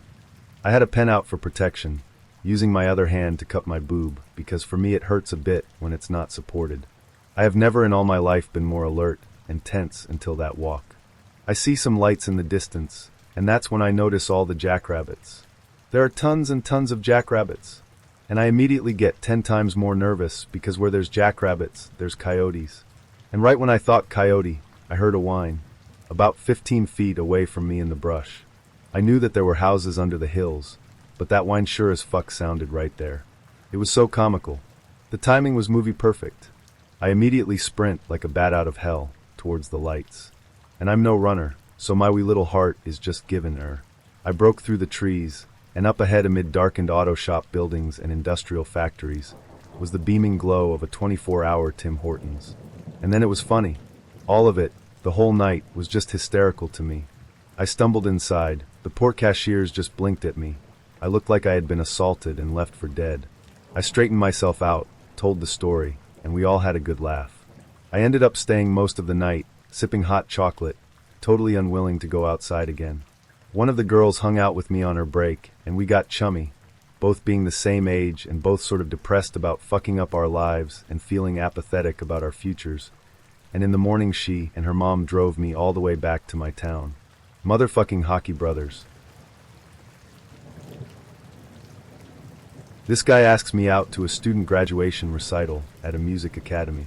He didn't know the student, but the performance is open to the public, although is usually attended by mostly family and friends, and it seemed like a creative date idea, so I said yes. Despite there being a small crowd of people mostly sitting in the front, he insists we sit up on the side balcony of the auditorium by ourselves. Once the recital starts, he wants to play a weird game involving counting the number of people in the audience and comparing numbers. He then starts talking about how he's really into chakras and explains that each day of the week has a different color and chakra associated with it. He goes on to say how Tuesday's chakra color was green and Wednesday's was blue, and since I was wearing green and he was wearing blue and it was a Tuesday night, our chakras would fuse together at midnight. He then proceeds to pull a handful of colored stones out of his back pocket, explains that he ordered these chakra stones online, and that they were warm because he had been directing all of his energy into them all night. He asked me if I wanted to hold them, while I politely declined and started thinking of escape strategies in my head. After the concert, when the student is surrounded by family, friends, and faculty, getting congratulated and taking pictures, he pushes his way to her, interrupts the photos, and gives the student a big hug and kiss on the cheek, and starts talking to her. She's staring at him with the most uncomfortable look to her face, and the circle of people around here are all whispering about who this guy was, and why was he here, while I stood at a slight distance, trying to signal him that we should leave. We finally leave, and against my better judgment, I went for a drink with him after the concert. He refused to let me order a beer for myself, and insisted we share this giant, blue, fruity monstrosity of a cocktail. After I tell him my favorite band is Imagine Dragons, he says that we should close our eyes, hold hands, and imagine dragons in our minds for 20 seconds. I'm too baffled to say anything or resist as he grabs my hands at this point, but I keep my eyes open, sure he's trying to pull a move here and go in for a kiss. To my surprise, he keeps his eyes closed, and after 20 seconds describes, in significant detail, a purple dragon flying over mountainside as we rode on its back. After many attempts to wrap up the night, we finally get the check, and he wants to split it. Normally, I'm all for splitting the bill, or paying for drinks if the guy paid for dinner, etc., but after he refused to let me get my own choice of drink, I was a little pissed off. He caps off the evening by asking me if I wanted to go to the Science Museum with him and his dad that weekend. After I mumble some excuse about needing to check my schedule because I had to work, he then says that while I'm a nice girl, he doesn't feel a connection with me and thinks we shouldn't see each other anymore. I was on one of those fabulous dating apps. Was chatting with a guy and figured it would be smart just grabbing a coffee sooner than later to see if he was more vital than those pictures made him seem. On his profile he'd stated that he lived in a town an hour from me, but I asked if we couldn't get together in my hometown due to me traveling a lot for work, just not to his town. Cue the date, which he himself set the time for. It starts with him being 15 minutes late, walking from a direction that is not close to trains or buses. Turns out he lives in walking distance from our meeting point. He had had the day off, so he had not bothered to shower, dress in fresh clothes, or even comb his hair. I almost turned around and walked away, then scolded myself for being shallow, and I have to give guys the benefit of the doubt. I can't judge a guy for walking with slouched shoulders, an old cap, and an unwashed hoodie, can I? And the really poorly matched shorts, socks pulled up, and if I remember correctly, sandals? He lives downtown, but asks me which coffee house to go to. I don't even drink coffee, which he knew, so it really doesn't matter to me. As he's taking zero initiative, I suggest one close by. Order myself a hot cocoa and pay for it myself. No gesture, nothing, not a big no-no, but not adding to the low score he was heading towards. You know the dump now and don't look back to dateable, to wow, marry me now scale. We take a seat, which I had to locate for us. I had to ask questions and questions and questions to try to pretend we were having a conversation. He kept looking down at the table. Then suddenly he actually speaks first. I was by this time wondering how quickly I could down my cocoa and get out of there. Then it begins. What his ex said did, that she calls him, but that he doesn't really like her. Oh. So why are you sitting here telling me this? Previously I couldn't get him talking regardless of all my efforts, and now I couldn't shut him up. I who cannot drink my drinks too hot, almost burned my tongue drinking my cocoa, started to look at my watch. Looked at my phone, and explained I just had to get out of there. He did contact me again. Explained that he had had a lovely time, and Rhea Ailey wanted to see me again. Do I have to add that it takes a lot more than a few messages for me to even go grab a coffee nowadays? So I met this guy, I honestly can't remember where, and we went out on a Friday night. We met at the restaurant, and he was so incredibly rude to all the servers. That was my first big red flag. It was just generally a miserable dinner. I was young and naive, but I didn't want to be rude to him by just ending the evening there. Nowadays, I would have called it a night there and ran for the hills. So he convinced me to go for a drive for a little bit, so we could get to know one another. Just thinking about it makes me queasy. So we go for this drive, and he thought it would be a great time to show me the house he grew up in, so he drove me there. Only the house had been bulldozed, and he sat there in shock and sobbing that his house he grew up in was gone. So then he drives back, and we go for ice cream. He basically starts trying to molest me in the ice cream shop, like putting his hands down up my shirt and down my pants. It was really awkward. So it's to the point where I'm like, I have to be up for work early. I really did. I had to be at work at 7 a.m. the next day, and told him I wanted to go home. I thought I was free. I went back to my car, got in, and started to drive away. Only as I am leaving, he starts flashing his lights behind me, trying to signal that something was wrong. Here's where I should have played being a dumb blonde and just kept going. But I go back. He had a flat tire. So even though I don't know what I am doing, I stay with him to keep him company while he was changing the tire. Only he snaps the lug nuts off. I think he does this on 3 of them, and goes on a rampage throwing the heavy metal tool in my direction. Not at me, but he just kinda lost his cool and threw it without thinking. I was scared and just wanted to leave. Finally, after the 3rd lug nut broke off, he asked me if I could drive him home. He said he only lived about 15 minutes away. I felt really bad for him, so I drove him home. Only it wasn't 25 minutes away. It was almost an hour away. In the country. I had no idea where he was taking me. But I dropped him off and never looked back. He called me the next day, and I never answered, any of the 6 times he called. In retrospect, I should have left after the dinner. I should not have gone for a drive, and once we got back I should have left there instead of going for ice cream. I should have kept driving when he flashed his lights at me to get me to come back. It was really dangerous because no one knew I was with him, and I didn't know him that well. So ladies, please, never feel obligated to continue a bad date. You can always leave. You don't owe him anything, even your time. I learned my lesson. It could have turned out really bad, but luckily it didn't. Now I see how bad it really could have been. I have affectionately named this date the crap attack. First date with my current boyfriend. It bears mentioning that we're both 20 and live in college campus apartments with 40-ish men walking distance in between. And he lives in the part of town in which you do not want to be out at night. We'd been hanging out for about a week when he asked if he could make me dinner. We had admitted to liking each other already, so definitely a date. Things were going a-okay up until the day before. Had to cancel because I got sick, but he was pretty adamant about rescheduling as soon as possible. It was so endearing that I agreed on a date before I was quite feeling okay. I took a bus over to his place because fuck that long-ass walk. I hung out on his bed while he showed me some video games and I dozed off after a while. We woke up hours later snuggling, so some kissing was in order. And then I found out I took his first kiss, HNNNG. It remains a very tender moment in my memory. But it was like 10 p.m. at that point, and we were starving. I hung out in the living room while he worked on dinner. I was excited to show him Road to El Dorado, but he was pretty busy in the kitchen and said there was nothing I could help with. My snuggly tater was busy making mashed potatoes and calling his mom for the preheat temp on the oven. He does this every time he makes dinner. So freaking cute. Well, I felt a little awkward watching a movie by myself and not helping. Now, I have to describe his living room, because I feel like the setting only enhances the story. This townhouse could not possibly look any more like it was inhabited by 3 college guys. Their giant living room contained only a handful of things. A broken futon that doesn't sit up, 2 camping chairs, a beer pong table, and a 12 inches tube TV with a VHS player installed on top. In fairness, in the years since I've been around they have added a couch, and they worship it like it was a gift from God himself. So on to the crap attack. We're finally eating our chicken and taters, sitting painfully awkwardly on that goddamn futon.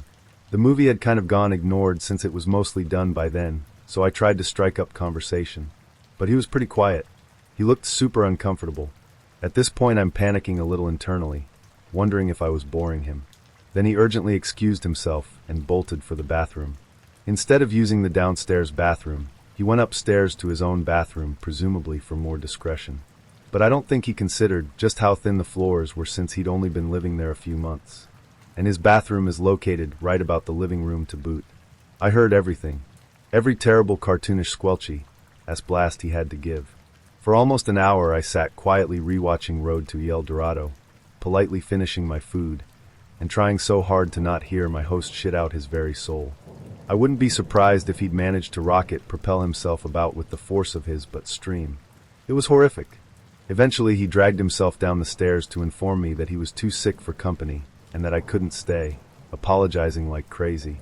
I was pretty confused at this point about the dramatic turn of events, and just kind of blandly packed my stuff and left. As soon as he closed the door I managed to react with one very loud, "What the fuck just happened?"